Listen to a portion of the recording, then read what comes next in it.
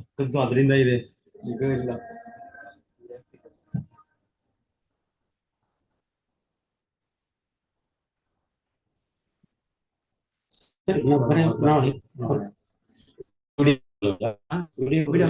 ಹಾಕೊಳ್ಳಿ ಇಲ್ಲಿಂದ ಕ್ಯಾಶ್ ಆಗ್ತದೆ ಆಫೀಸಿಂದ.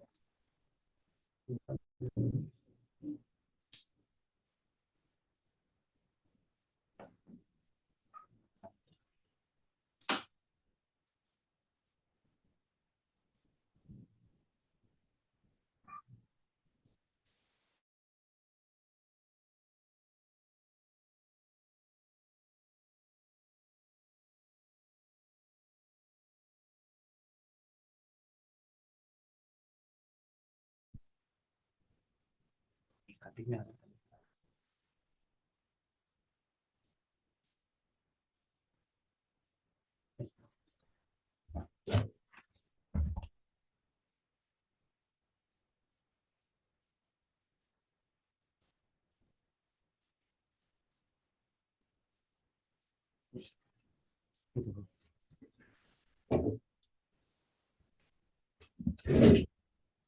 yes.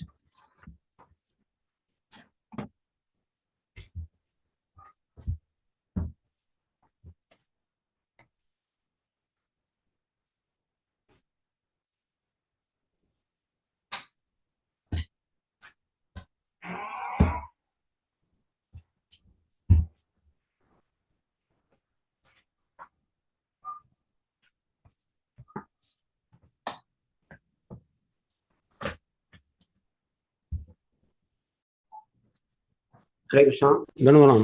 ಎಲ್ಲರಿಗೂ ಈ ಮುಂಜಾನೆಯ ಶುಭ ವಂದನೆಗಳ ಒಂದಿಗೆ ಈ ಕ್ಲಾಸನ್ನು ಶುರು ಮಾಡುವ. ಹರೇ ಕೃಷ್ಣ ಪ್ರಭುಜಿ. ಹರೇ ಕೃಷ್ಣ ಧನ್ಯವಾದ. ನಿಮ್ಗೆಲ್ಲರಿಗೂ ಕೇಳಿಸ್ತಾ ಇದೆಯಾ? ನನ್ನ ಧ್ವನಿ ಸರಿಯಾಗಿ ಕೇಳಿಸ್ತಾ ಇದೆಯಾ? ಕೇಳಿಸ್ತಿದೆ ಪ್ರಭುಜಿ. ಜಯ ರಾಧಾ ಮಾಧವ ಕುಂಜ ವಿಹಾರಿ ಜಯೋ ರಾಧಾ ಮಾಧವ ಕುಂಜ ವಿಹಾರಿ ಜಯ ಗೋಪಿಜನ ವಲ್ಲಭ ಗಿರಿವರಧಾರಿ ಜಯ ಗೋಪಿಜನ ವಲ್ಲಭ ಗಿರಿವರಧಾರಿ ಯಶೋದನಂದನ ಬ್ರಜ ಜನರಂಜನ ಯಶೋದನಂದನ ಬ್ರಜ ಜನರಂಜನ ಯಮುನ ತೀರಾವನಚಾರಿ ಯಮುನ ತೀರಾವನಚಾರಿ ಜಯೋ ರಾಧಾ ಮಾಧವ ಕುಂಜ ವಿಹಾರಿ ರಾಧಾ ಮಾಧವ ಕುಂಜ ವಿಹಾರಿ ಹರೇ ಕೃಷ್ಣ ಕೃಷ್ಣ ಕೃಷ್ಣ ಕೃಷ್ಣ ಹರೇ ಹರೇ ಹರೇ ರಾಮ ರಾಮ ರಾಮ ಹರೇ ಹರೇ Hare Krishna, Krishna Krishna Hare Hare, Hare Rama, Rama Rama, Hare Hare. Hare Krishna, Krishna Krishna, Hare Hare, Hare Rama, Rama Rama, Hare Hare. Radha Govinda Radha Govinda Radhe Gauranita Jaya Gauranita Gauranita Jaya Gauranita Jaya Jaya Prabhupada Prabhupada Jaya Jaya Prabhupada Jaya Jaya Gurudev Gurudev Gurudev Hare Krishna. ಭಾಗವತಮದ ಒಂದು ಶ್ಲೋಕ ತೊಳುವ. ಆ ಶ್ಲೋಕ ಈ ರೀತಿ ಇದೆ.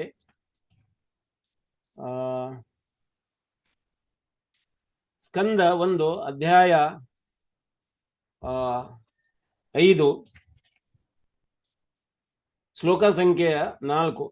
ಜಿಜ್ಞಾಸಿತಂ ಮದಿತಂ ಚ ಬ್ರಹ್ಮ ಯತ್ತತ್ ಸನಾತನಂ ತಥಾಪಿ ಸೂಚ್ಯಾಸ್ಯಾತ್ಮಾನಂ ಅಕೃತಾರ್ಥಂ ಇವೋ ಪ್ರಭು. Word to word ಅನುವಾದ. ಜಿಜ್ಞಾಸಿತಂ ಸಂಪೂರ್ಣವಾಗಿ ಸಮಾಲೋಚಿಸಿದುದಾಗಿದೆ, ಅಧಿತಂ ತಿಳಿದಿದ್ದಾಗಿದೆ, ಚ ಮತ್ತು ಬ್ರಹ್ಮ ಪರಾತ್ಪರವನ್ನು, ಯತ್ ಯಾವ, ತತ್ ಆ ಸನಾತನಂ ಶಾಶ್ವತವಾದ, ತಥಾಪಿ ಆದರೂ ಸಹ, ಸೂಚಿಸುತ್ತೀಯೇ ಆತ್ಮಾನಂ ತನ್ನನ್ನು ಕುರಿತು, ಅಕೃತ ಅರ್ಥ ಇವ ಏನನ್ನೂ ಮಾಡದಿರುವವನಂತೆ, ಪ್ರಭುವೇ. ಅನುವಾದ ಪ್ರಭುಪಾದರಿಂದ. ಪ್ರಿಯ ಸ್ವಾಮಿಯೇ, ನೀವು ನಿರಾಕಾರ ಬ್ರಹ್ಮನನ್ನು ಮತ್ತು ಅದರಿಂದ ನಿಷ್ಪನ್ನವಾದ ಜ್ಞಾನವನ್ನು ಕುರಿತು ಸಮಗ್ರವಾಗಿ ವಿವರಣೆ ನೀಡಿದ್ದೀರಿ. ಹಾಗಿದ್ದರೂ ನಾನು ಏನೂ ಮಾಡಿಲ್ಲ ಎಂಬಂತೆ ಖಿನ್ನರಾಗಿರುವುದೇಕೆ? ವೇದವ್ಯಾಸರು, ಭಾವಾರ್ಥ, ವೇದವ್ಯಾಸರು ರಚಿಸಿರುವ ವೇದಾಂತ ಸೂತ್ರ ಅಥವಾ ಬ್ರಹ್ಮಸೂತ್ರಗಳು ನಿರಾಕಾರ ಪರಬ್ರಹ್ಮನನ್ನು ಕುರಿತು ಮಾಡಿದ ಪರಿಪೂರ್ಣ ವಿವೇಚನೆಯಾಗಿದೆ. ಇಡೀ ಜಗತ್ತಿನಲ್ಲೇ ಇದು ಅತ್ಯಂತ ಉನ್ನತ ದಾರ್ಶನಿಕ ವಿವರಣೆ ಎನಿಸಿಕೊಂಡಿದೆ. ಅದು ಒಳಗೊಂಡಿರುವ ವಿಷಯ ಶಾಶ್ವತವಾದದ್ದಾಗಿದೆ. ಇದನ್ನು ಪ್ರತಿಪಾದಿಸಲು ಬಳಸಿದ ವಿಧಾನಗಳು ವಿದ್ವತ್ಪೂರ್ಣವಾಗಿವೆ. ಹೀಗಿರುತ್ತಾ ವ್ಯಾಸರ ದೈವ ವಿಷಯಕವಾದ ವಿದ್ವತ್ತಿನ ಬಗ್ಗೆ ಸಂದೇಹವಿರಲು ಸಾಧ್ಯವೇ ಇಲ್ಲ. ಅಂದ ಮೇಲೆ ಅವರ ಯಾಕಾಗಿ ಶೋಕಿಸಬೇಕು? ಹರೇ ಕೃಷ್ಣ. ಮಂಗಳಾಚರಣೆ ಹೇಳುವ ನಾವು. ಓಂ ಅಜ್ಞಾನತಿಮಿರಾಂಧಸ್ಯ ಜ್ಞಾನಾಂಜನಶಲಾಕಯ ಚಕ್ಷುರುನ್ಮೀಲಿತಂ ಯೇನ ತಸ್ಮೈ ಶ್ರೀ ಗುರವೇ ನಮಃ. ಶ್ರೀ ಚೈತನ್ಯ ಮನೋಭೀಷ್ಟಂ ಸ್ಥಾಪಿತಂ ಯೇನ ಭೂತಲೆ ಸ್ವಯಂ ರೂಪ ಕದಾ ಮಹ್ಯಂ ದದಾತಿ ಸ್ವಪದಾಂತಿಕಂ. ವಂದೇಹಂ ಶ್ರೀಗುರು ಶ್ರೀಯುತಪಾದಕಮಲಂ ಶ್ರೀಗುರುನ್ ವೈಷ್ಣವಾಂಶ್ಚ ಶ್ರೀರೂಪಂ ಸಾಗ್ರಜಾತಾಂ ಸಹಗಣ ರಘುನಾಥಾನ್ವಿತಂ ತಂ ಸಜೀವಂ ಸಾದ್ವೈತಂ ಸಾವಧೂತಂ ಪರಿಜನ ಸಹಿತಂ ಕೃಷ್ಣ ಚೈತನ್ಯ ದೇವಂ ಶ್ರೀ ರಾಧಾ ಕೃಷ್ಣ ಪದಾನ್ ಸಹಗಣ ಲಲಿತಾ ಶ್ರೀ ವಿಶಾಖಾನ್ವಿತಂಶ್ಚ. ಹೇ ಕೃಷ್ಣ ಕರುಣಾ ಸಿಂಧು ದೀನಬಂಧೋ ಜಗತ್ಪತೆ ಗೋಪೇಶ ಗೋಪಿಕಾಕಾಂತ ರಾಧಾಕಾಂತ ನಮೋಸ್ತುತೆ. ತಪ್ತ ಕಾಂಚನ ಗೌರಾಂಗಿ ರಾಧೆ ವೃಂದಾವನೇಶ್ವರಿ ವೃಷಭಾನುಸುತೆ ದೇವಿ ಪ್ರಣಮಾಮಿ ಹರಿಪ್ರಿಯೆ.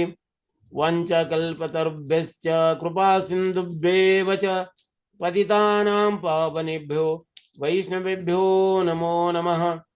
ಶ್ರೀಕೃಷ್ಣ ಚೈತನ್ಯ ಪ್ರಭು ನಿತ್ಯಾನಂದ ಶ್ರೀ ಅದ್ವೈತ ಗದಾಧರ್ ಶ್ರೀವಾಸಾದಿ ಗೌರ ಭಕ್ತವೃಂದ. ಹರೇ ಕೃಷ್ಣ ಕೃಷ್ಣ ಕೃಷ್ಣ ಹರೇ ಹರೇ, ಹರೇ ರಾಮ ರಾಮ ರಾಮ ಹರೇ ಹರೇ. ಹರೇ ಕೃಷ್ಣ ಕೃಷ್ಣ ಕೃಷ್ಣ ಹರೇ ಹರೇ, ಹರೇ ರಾಮ ರಾಮ ರಾಮ ಹರೇ ಹರೇ. ಹರೇ ಕೃಷ್ಣ ಕೃಷ್ಣ ಕೃಷ್ಣ ಹರೇ ಹರೇ, ಹರೇ ರಾಮ ರಾಮ ರಾಮ ಹರೇ ಹರೇ.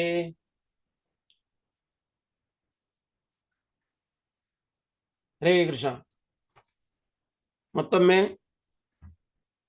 ಎಲ್ಲ ಭಕ್ತರಿಗೂ ಸ್ವಾಗತಗೊಳ್ಳುವುದರ ಮೂಲಕ ಈ ಕ್ಲಾಸನ್ನು ನಾವು ಶುರು ಮಾಡ್ತಾ ಇದ್ದೀವಿ. ಈ ಕ್ಲಾಸಿನಲ್ಲಿ ವೇದವ್ಯಾಸ ಮಹರ್ಷಿಗಳು ಎಲ್ಲಿದ್ದಾರೆ? ಬದ್ರಿಕಾಶ್ರಮದಲ್ಲಿ. ಮತ್ತು ನಾರದ ಮಹರ್ಷಿಗಳು ಅಲ್ಲಿ ಬಂದಿದ್ದಾರೆ. ವೇದವ್ಯಾಸ ಮಹರ್ಷಿಗಳು 18 ಪುರಾಣಗಳನ್ನು ಬರೆದರು, ಬ್ರಹ್ಮಸೂತ್ರಗಳನ್ನು ಬರೆದ್ರು. ಆದರೂ ಕೂಡ ವ್ಯಾಕುಲತೆಯಿಂದ ಇದ್ರು, ದುಃಖದಿಂದ ಇದ್ರು. ಅವಾಗ ನಾರದ ಮಹರ್ಷಿಗಳು ಈ ಪ್ರಶ್ನೆ ಕೇಳ್ತಾರೆ, ಇಷ್ಟೆಲ್ಲ ಮಾಡಿದ್ರಿ, ಯಾಕೆ ನೀವು ದುಃಖದಲ್ಲಿದ್ದೀರಿ ಅಂತ. ಇಲ್ಲ, ಇದರಿಂದ ನನಗ ಆನಂದ ಆಗ್ತಾ ಇಲ್ಲ ಅಂತ. ಅವಾಗ ನಾರದ ಮಹರ್ಷಿಗಳು, ನೀವು ಭೌತಿಕ ಜಗತ್ತಿಗೆ ಏನು ಬೇಕಿದೆ ಅದನ್ನೇ ನೀವು ಮಾಡಿದಿರಿ, ಅಂದ್ರೆ ಕರ್ಮಕಾಂಡಿ ವಿಷಯಗಳಿಗೆ ಏನ್ ಬೇಕಾಗಿದೆ ಅದನ್ನು, ಆ ಜ್ಞಾನವನ್ನು ನೀವು ಕೊಟ್ಟಿದ್ದೀರಿ. ಆದ್ರೆ ಭಗವಾನನ ವರ್ಣನೆ ಮಾಡುವಂತ, ಭಕ್ತರನ್ನು ವರ್ಣನೆ ಮಾಡುವಂತ ಲೀಲೆಗಳ ಬಗ್ಗೆ, ಭಗವಾನನ ಬಗ್ಗೆ ನೀವು ಬರೀಲಿಲ್ಲ. ಹಂಗಾಗೋದ್ರಿಂದ ನಿಮಗ ಆನಂದ ಆಗ್ತಾ ಇಲ್ಲ ಅಂತ. ಇದನ್ನ ವೇದವ್ಯಾಸ ಮಹರ್ಷಿಗಳಿಗೆ ನಾರದ ಮುನಿಗಳು, ಅವ್ರ ಗುರುಗಳು ಹೇಳ್ತಾರೆ. ಅಂದ್ರೆ ಅಲ್ಟಿಮೇಟ್ ಆನಂದ ಇರುವುದೆಲ್ಲಿ? ಸಚ್ಚಿತ್ತಾನಂದ, ಸಚ್ಚಿದಾನಂದ, ಆನಂದದ ಸ್ರೋತು ಭಗವಾನದ. ಯಾವಾಗ ಭಗವಾನನಿಗೆ ನಾವು ಗ್ಲೋರಿಫೈ ಮಾಡ್ತೀವಿ, ಭಗವಾನನನ್ನು ಸ್ತುತಿಸ್ತೀವಿ ಅಥವಾ ಭಜಿಸ್ತೀವಿ, ಭಜನೆ ಮಾಡ್ತೀವಿ, ಅವನ ನಾಮ ತಗೋತೇವೆ, ಅವಾಗ ಅದು ಆನಂದ ಆಗ್ತದೆ. ಹಂಗಾದ್ರೆ ಒಂದು ಪ್ರಶ್ನೆ ಬರ್ತದೆ, ನಾವು ದಿನಂಪ್ರತಿ 16 ರೌಂಡ್ ಜಪ ಮಾಡ್ತೀವಿ, ಅನೇಕ ಹೆಸರು ಹೇಳ್ತೇವೆ, ಭಕ್ತರ ಹೆಸರನ್ನು ಕೂಡ ಹೋಗ್ತೇವೆ, ಆದ್ರೂ ಕೂಡ ನಮಗೆ ಆನಂದ ಆಗ್ತಾ ಇಲ್ಲಲ್ಲ ಅಂತ ನಮ್ಗೆ ಹಂಗ ಅನಿಸ್ತದ ಅಂತ. ಆದ್ರೂ ಕೂಡ ನಿಮ್ಗೆ ಗೊತ್ತಿಲ್ದೋ, ಈಗ ನೋಡಿ, ನಮ್ದು ಸ್ವಲ್ಪ ಪ್ರಮಾಣದಲ್ಲಿ ಆನಂದ ಇಕ್ಕತ್ರ ಆಗ್ತದೆ ಅನ್ಕೋಣ. ಹೇಗೆ ಬಾತ್ರೂಮ್ನಲ್ಲಿ ಬೆಳಿಗ್ಗೆ ಸ್ನಾನಕ್ಕಂತ ಹೋಗ್ತಾರೆ, ನಲ್ಲಿ ನೀರು ಬರ್ತಾ ಇಲ್ಲ, ಅದು ಬರೀ ಒಂದೊಂದು ಹನಿಯನ್ನೇ ಟಪಕಾಯಿಸ್ತಾ ಇದೆ, ಬೀಳ್ತಾ ಇದೆ. ಸ್ನಾನ ಮಾಡ್ಬೇಕಂತ ಹೋದೆ, ಆಫೀಸ್ಗೆ ಟೈಮ್ ಆಗಿದೆ, ಏನ್ ಮಾಡೋದು ಅಂತ ಹೇಳ್ಬಿಟ್ಟು ಸ್ನಾನ ಮಾಡೋದನ್ನೇ ಆಫೀಸ್ಗೆ ಹೊರಟು ಹೋಗಿ ಸಾಯಂಕಾಲ ಬಂದಾಗ ಆ ಬಕೆಟ್ ಪೂರ ತುಂಬಿತ್ತು. ಆ ಒಂದೊಂದು ಹನಿ ಕೂಡ ಏನಾಯ್ತು, ಅದು ಪೂರ ಬಕೆಟ್ ಅನ್ನು ತುಂಬಿತು ಅಂತ. ಹಾಗೆ ಸ್ವಲ್ಪ ಪ್ರಮಾಣದಲ್ಲಿ ನಮ್ಮಲ್ಲಿ ಆನಂದದ ಒಂದು ಅನುಭವ ಆಗ್ಲಿಕ್ಕತ್ತದೆ. ಈಗ ನೋಡಿ, ನಾವು ಒಂದು ವಾರ ಸತ್ಸಂಗ ಬಿಟ್ರೆ, ಒಂದು ವಾರಕ್ಕೆ ಸತ್ಸಂಗ ಹೋಗ್ಲಿಲ್ಲ ಅಂದ್ರೆ ನಮ್ಗೆ ತಳಮಳ ಆಗ್ತದೆ. ಅಯ್ಯೋ, ಭಕ್ತರ ಕಡೆಗೆ ಹೋಗ್ಲಿಲ್ಲ, ಸತ್ಸಂಗಕ್ಕೆ ಹೋಗ್ಲಿಕ್ಕೆ ಆಗ್ಲಿಲ್ಲ, ಅಥವಾ ಮಂಗಳಾರತಿ ಅಟೆಂಡ್ ಮಾಡ್ಲಿಲ್ಲ. ಯಾಕೆ ಆ ತಳಮಳ ಶುರು ಆಗ್ತದೆ ಅಂದ್ರೆ ನಮ್ಗೆ ಆನಂದದ ಒಂದು ಅನುಭೂತಿ ಆಗಿದೆ. ಅದು ಕಮ್ಮಿ ಪ್ರಮಾಣದಾಗಿ ಆಗಿರ್ಬೋದು, ಆದ್ರೂ ಕೂಡ ಅದು ಅಟ್ರಾಕ್ಷನ್ ನಮ್ಮಲ್ಲಿ ಬಂದಿದೆ ಅಂತ ಅಲ್ವಾ? ಹಿಂಗ ಈ ಅಟ್ರಾಕ್ಷನ್ ಬರ್ಬೇಕಾದ್ರೆ ಅಥವಾ ಆಕರ್ಷಣೆ ಬರ್ಬೇಕಾದ್ರೆ ನಮ್ಮ ಇಂದ್ರಿಯಗಳನ್ನ ನಾವು ಭಗವಾನನ ಸೇವೆಯಲ್ಲಿ ತೊಡಗಿಸ್ಬೇಕು. ಸಂಸಿದ್ಧಿ ಹರಿತೋಷಣ. ನಮ್ಮೆಲ್ಲ ಇಂದ್ರಿಯಗಳು ಹರಿಯ ಒಂದು ಇಂದ್ರಿಯಗಳಿಗೆ ನಾವು ಆನಂದ ಕೊಡುವಂತ ಒಳ ಆಗ್ಬೇಕು. ಆವಾಗ ನಮ್ಮ ಇಂದ್ರಿಯಗಳು ತೃಪ್ತ ಆಗ್ತಾವ. ಇಂದ್ರಿಯಗಳ ಒಡೆಯ ಯಾರು ಅಂದ್ರೆ ಭಗವಾನ್. ಗೋವಿಂದ. ಗೋ ಅಂದ್ರೆ ಇಂದ್ರಿಯಗಳು, ಗೋವಿಂದ ಅಂದ್ರೆ ಇಂದ್ರಿಯಗಳ ಒಡೆಯ. ಗೋ ಅನ್ನುವಂತ ಶಬ್ದ ಈಗ ನೋಡ್ರಿ, ಗೋಸ್ವಾಮಿಗಳು ಅಂತ ಕರಿತೇವೆ. ಗೋಸ್ವಾಮಿಗಳು ಅಂದ್ರೆ ಗೋ ಅಂದ್ರೆ ಇಂದ್ರಿಯಗಳನ್ನ ಗೆದ್ದಂತ ಸ್ವಾಮಿಗಳು. ಸ್ವಾಮಿ ಅಂದ್ರ ಕಂಟ್ರೋಲರ್, ಇಂದ್ರಿಯಗಳನ್ನ ಕಂಟ್ರೋಲ್ ಮಾಡುವಂತವ್ರು, ಅವರು ಗೋಸ್ವಾಮಿಗಳು. ಜಿತೇಂದ್ರಿಯರು ಅಂತ, ಅವರು ತಮ್ಮ ಇಂದ್ರಿಯಗಳನ್ನ ಗೆದ್ದುಕೊಂಡಿದ್ದಾರೆ ಅಂತ. ಅಂದ್ರೆ ಇಂದ್ರಿಯಗಳು ಎಷ್ಟೊಂದು ಶಕ್ತಿಯುತವಾಗಿರ್ತಾವ ಅನ್ನೋದಕ್ಕ, ಎಷ್ಟೊಂದು ಶಕ್ತಿಯುತ ಆಗಿರ್ತಾವ ಅನ್ನೋದಕ್ಕ ನಾವು ಮುಂದೆ ಬರುವಂತ ಶ್ಲೋಕದಲ್ಲಿ ನೋಡುವ.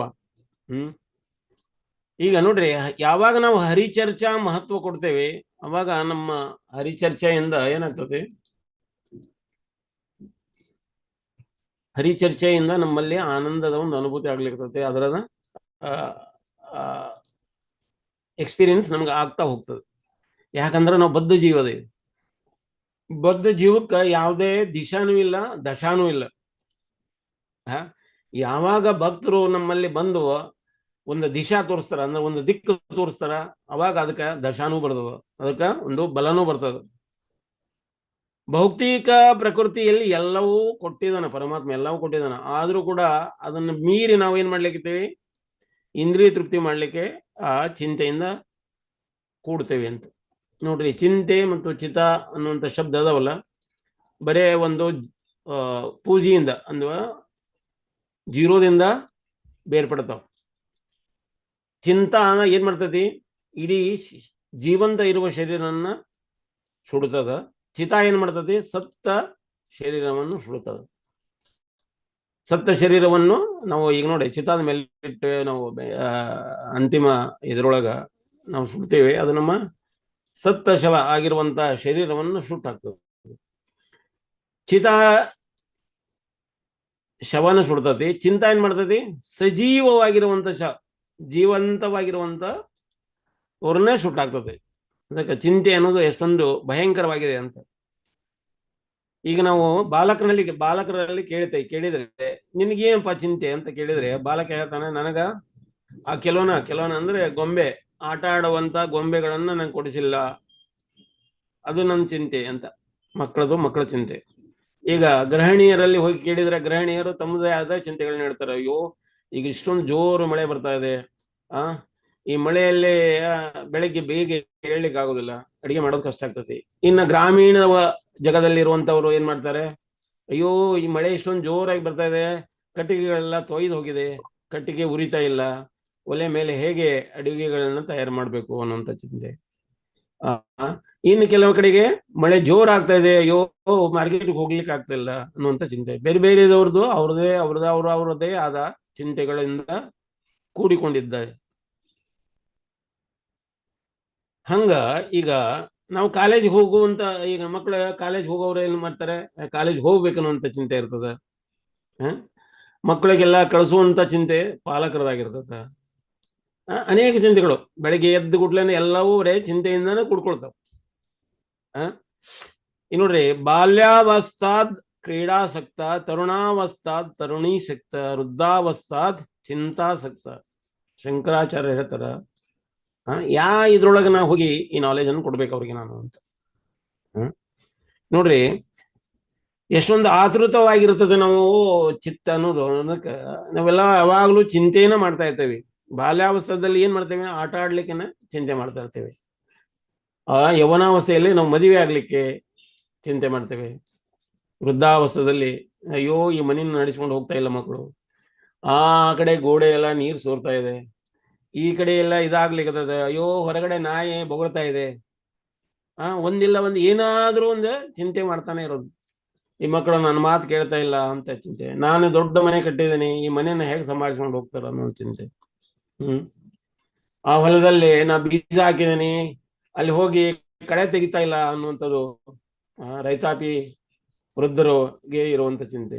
ಹಿಂಗೆ ಬೇರೆ ಬೇರೆ ಅವಸ್ಥೆಯೊಳಗ ಬೇರೆ ಬೇರೆ ಚಿಂತೆಗಳಿಂದ ನಾವು ಮುಂದುವರಿತಾ ಇರ್ತೇವೆ. ನೋಡ್ರಿ, ಇಂದ್ರಿಯಗಳ ಮುಂದೆ ವಿಷಯ ವಸ್ತುಗಳಿರ್ತಾವ. ಅಂದ್ರೆ ಇಂದ್ರಿಯಗಳಿಗೆ ಬೇಕಾಗಿರುವಂತ ವಸ್ತುಗಳು. ಇಂದ್ರಿಕ ಮತ್ತು ವಿಷಯ ವಸ್ತುಗಳಿಗೆ ನಡುವೆ ಏನಿದೆ ಅಂದ್ರ ಇಚ್ಛಾ ಅನ್ನೋದು ಇರ್ತದೆ. ಆ ಇಚ್ಛೆ ಇರುವುದರಿಂದ ಏನಾಗ್ತದೆ, ಇಂದ್ರಿಯ ವಸ್ತುಗಳ ಕಡೆ ಆಕರ್ಷಣೆ ಆಗ್ತಾ ಹೋಗ್ತದೆ. ಇಂದ್ರಿಯಗಳ ಮುಂದೆ ವಿಷಯ ವಸ್ತುಗಳು. ಇಷ್ಟಕ್ಕ ಇಂದ್ರಿಯಗಳ ಮುಂದೆ ವಿಷಯ ವಸ್ತುಗಳಿದ್ರ ಅದ್ರದ್ದೇನು ಪ್ರಾಬ್ಲಮ್ ಇರಲಿಲ್ಲ. ಆದ್ರೆ ಅದ್ರ ಹಿಂದ ಪ್ರಬಲವಾಗಿರುವಂತ ಇಚ್ಛೆ ಇರುವುದರಿಂದ ಆ ಇಂದ್ರಿಯಗಳು ವಿಷಯ ವಸ್ತುಗಳ ಕಡೆಗೆ ಆಕರ್ಷಿತಗೊಳ್ತಾವು. ಈ ನೋಡಿ, ಸಿಂಹ ಹೊಟ್ಟೆ ತುಂಬಿತ್ತಂದ್ರೆ ಆ ಜಿಂಕೆ ಆ ಸಿಂಹದ ಮುಂದೆನೆ ನಡ್ಕೊಂಡು ಹೋದ್ರು ಕೂಡ ಸಿಂಹ ಹೊರಳೆ ನೋಡುವುದಿಲ್ಲ. ಯಾಕಂದ್ರೆ ಸಿಂಹಕ್ಕೆ ಆಲ್ರೆಡಿ ಹೊಟ್ಟೆ ತುಂಬಿದೆ.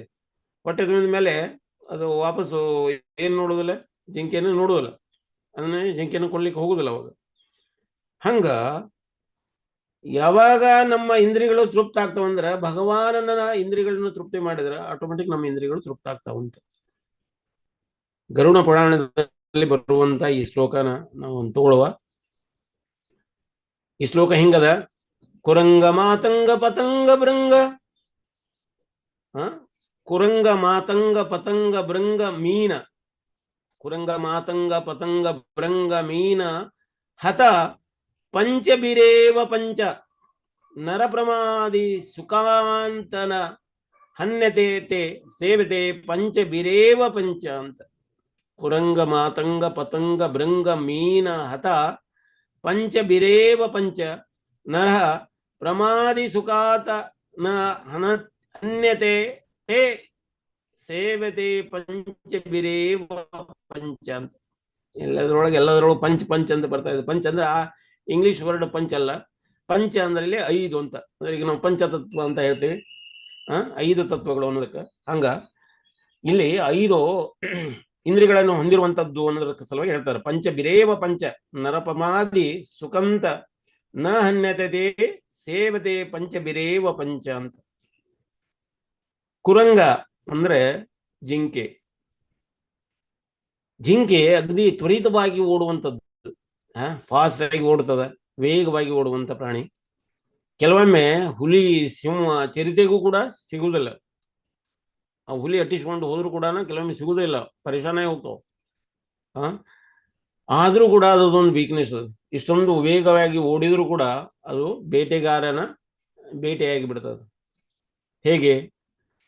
ಅದರ ಒಂದು ಇಂದ್ರಿಯ ಏನಪ್ಪಾ ಅಂದ್ರೆ ಕೇಳಿಸಿಕೊಳ್ತದಲ್ಲ, ಕಿವಿ ಇದಲ್ಲ, ಅದು ಮಧುರವಾದ ಸ್ವರಕ್ಕ ಲುಲುಪ್ತ ಆಗಿರ್ತದ. ಬೇಟೆಗಾರ ಏನ್ ಮಾಡ್ತಾನೆ? ಕೊಳಲನ್ನು ನುಡಿಸ್ತಾನೆ, ಮಧುರವಾಗಿ, ಮಧುರ ಸ್ವರದಲ್ಲಿ ಕೊಳಲನ್ನು ನುಡಿಸ್ತಾನೆ. ಎಲ್ಲಿ ಜಿಂಕೆಗಳಿರ್ತಾವ ಆ ಜಗದಲ್ಲಿ ಹೋಗಿ ಮಧುರವಾಗಿ ಆ ಕೊಳಲನ್ನು ಬಾರಿಸ್ತಾ ಇರ್ಬೇಕಾದ್ರ ಆ ಕೊಳಲಿನ ನಾದ ಕೇಳ್ತಾ ಕೇಳ್ತಾ ಕೇಳ್ತಾ ಅದು ಮುಂದೆ ಹೋಗೋದಕ್ಕಿಂತ ಮುಂದೆ ಓಡಿ ಹೋಗಿದ್ರೆ ಹೋಗ್ಬಿಡ್ತೈತೆ, ಅದು ಹೋಗುದಿಲ್ಲ. ಅದು ಆ ಸ್ವರ ಎಲ್ಲಿ ಬರ್ತದ ಅಂತ ಕೇಳ್ತಾ ಕೇಳ್ತಾ ಕೇಳ್ತಾ ಹತ್ತಿರ ಬರ್ತದ.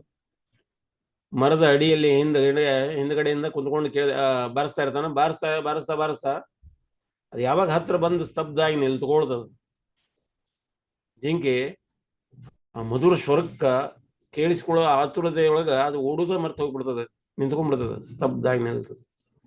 ಬೇಟೆಗಾರಗ ಅದಾಗರ ಓಡ್ತಾ ಇರ್ಬೇಕಾದ್ರ ಬಾಣ ಹೊಡಿಲಿಕ್ಕೆ ಆಗುದಿಲ್ಲ. ಯಾಕಂದ್ರೆ ಓಡ್ತಾ ಇರ್ಬೇಕಾದ್ರ ಆ ನಿಶಾನೆ ಗುರಿ ಇಡ್ಲಿಕ್ಕೆ ಆಗುದಿಲ್ಲ. ಅದಕ್ಕೆ ಅವ ಏನ್ ಮಾಡ್ತಾನ? ಆ ಬಾನ್ಸುರಿ ಅಥವಾ ಕೊಳಲನ್ನು ನುಡಿಸ್ತಾ ಅದೇನಾಗ್ತದೆ, ನುಡಿಸೋದ್ರಿಂದ ಅದು ಕೇಳ್ತಾ ಕೇಳ್ತಾ ಮಧುರ ಸ್ವರ ಕೇಳ್ತಾ ಕೇಳ್ತಾ ಹತ್ರ ಬಂದು ಸ್ತಬ್ಧ ಆಗಿ ನಿಂತ್ಕೊಳ್ತದ, ನಿಶಬ್ದವಾಗಿ ನಿಂತ್ಕೊಳ್ತದ. ಯಾವಾಗ ನಿಲ್ತದ ಅವಾಗ ಕೊಳಲನ್ನು ನುಡಿಸೋದು ಬಂದ್ ಮಾಡ್ತಾನ. ಅವ ಏನೈತಿ ಬಾಣ ಹೊಡಿತಾನ, ಜಿಂಕೆನ ಕೊಂದು ಹಾಕ್ತಾನ. ಒಂದು ಅದು ಕಿವಿ ಕೇಳಿಸಿಕೊಳ್ಳುವುದರ ಮೂಲಕ, ಅಂದ್ರೆ ಮಧುರವಾದ ಸ್ವರಕ್ಕ ಆಸಕ್ತಿಗೊಂಡುವುದರ ಮೂಲಕ ಅದು ತನ್ನ ಪ್ರಾಣನ ಬಿಡಬೇಕಾಗ್ತದೆ. ಆದ್ರೂ ಕೂಡ ಒಬ್ಬ ಶಹರಿಕಾರ ಹೇಳ್ತಾನ, ಶಹರಿ ಬರೆಯ ಹೇಳ್ತಾನ, ಏನಂತ ಹೇಳ್ತಾನಂದ್ರ, ಹೇ ಬೇಟೆಗಾರ, ನೀನು ಕೊಳಲು ಕೇಳಿಸುವ ಉದ್ದೇಶದಿಂದ ನನಗೆ ಕೇಳಿಸ್ಲಿಲ್ಲ, ನಿನ್ನ ಉದ್ದೇಶ ಬೇರೆ ಆಗಿತ್ತು ಅಂತ. ನೀನು ನನಗೆ ಸಂಗೀತ ಕೇಳಿಸ್ಬೇಕಂತ ಕೇಳಿಸ್ಲಿಲ್ಲ, ನೀ ಕೇಳಿಸುವಂತ ಉದ್ದೇಶ ನನ್ನನ್ನು ಕೊಲ್ಲುವುದಾಗಿತ್ತು. ಆದ್ರೂ ನನ್ನ ಕೊಂದೆ, ಆದ್ರೂ ನನಗೆ ಗಾಯಾಲ ಮಾಡಿದೆ, ನನ್ನ ಕೊಲ್ಲಿಕ್ಕೆ ನನಗೆ ಬಾಣ ಹೊಡೆದಿದೆ. ಆದ್ರೂ ನನ್ನ ಒಂದು ಕೊನೆ ಇಚ್ಛೆ ಇದೆ. ಏನಪ್ಪಾ?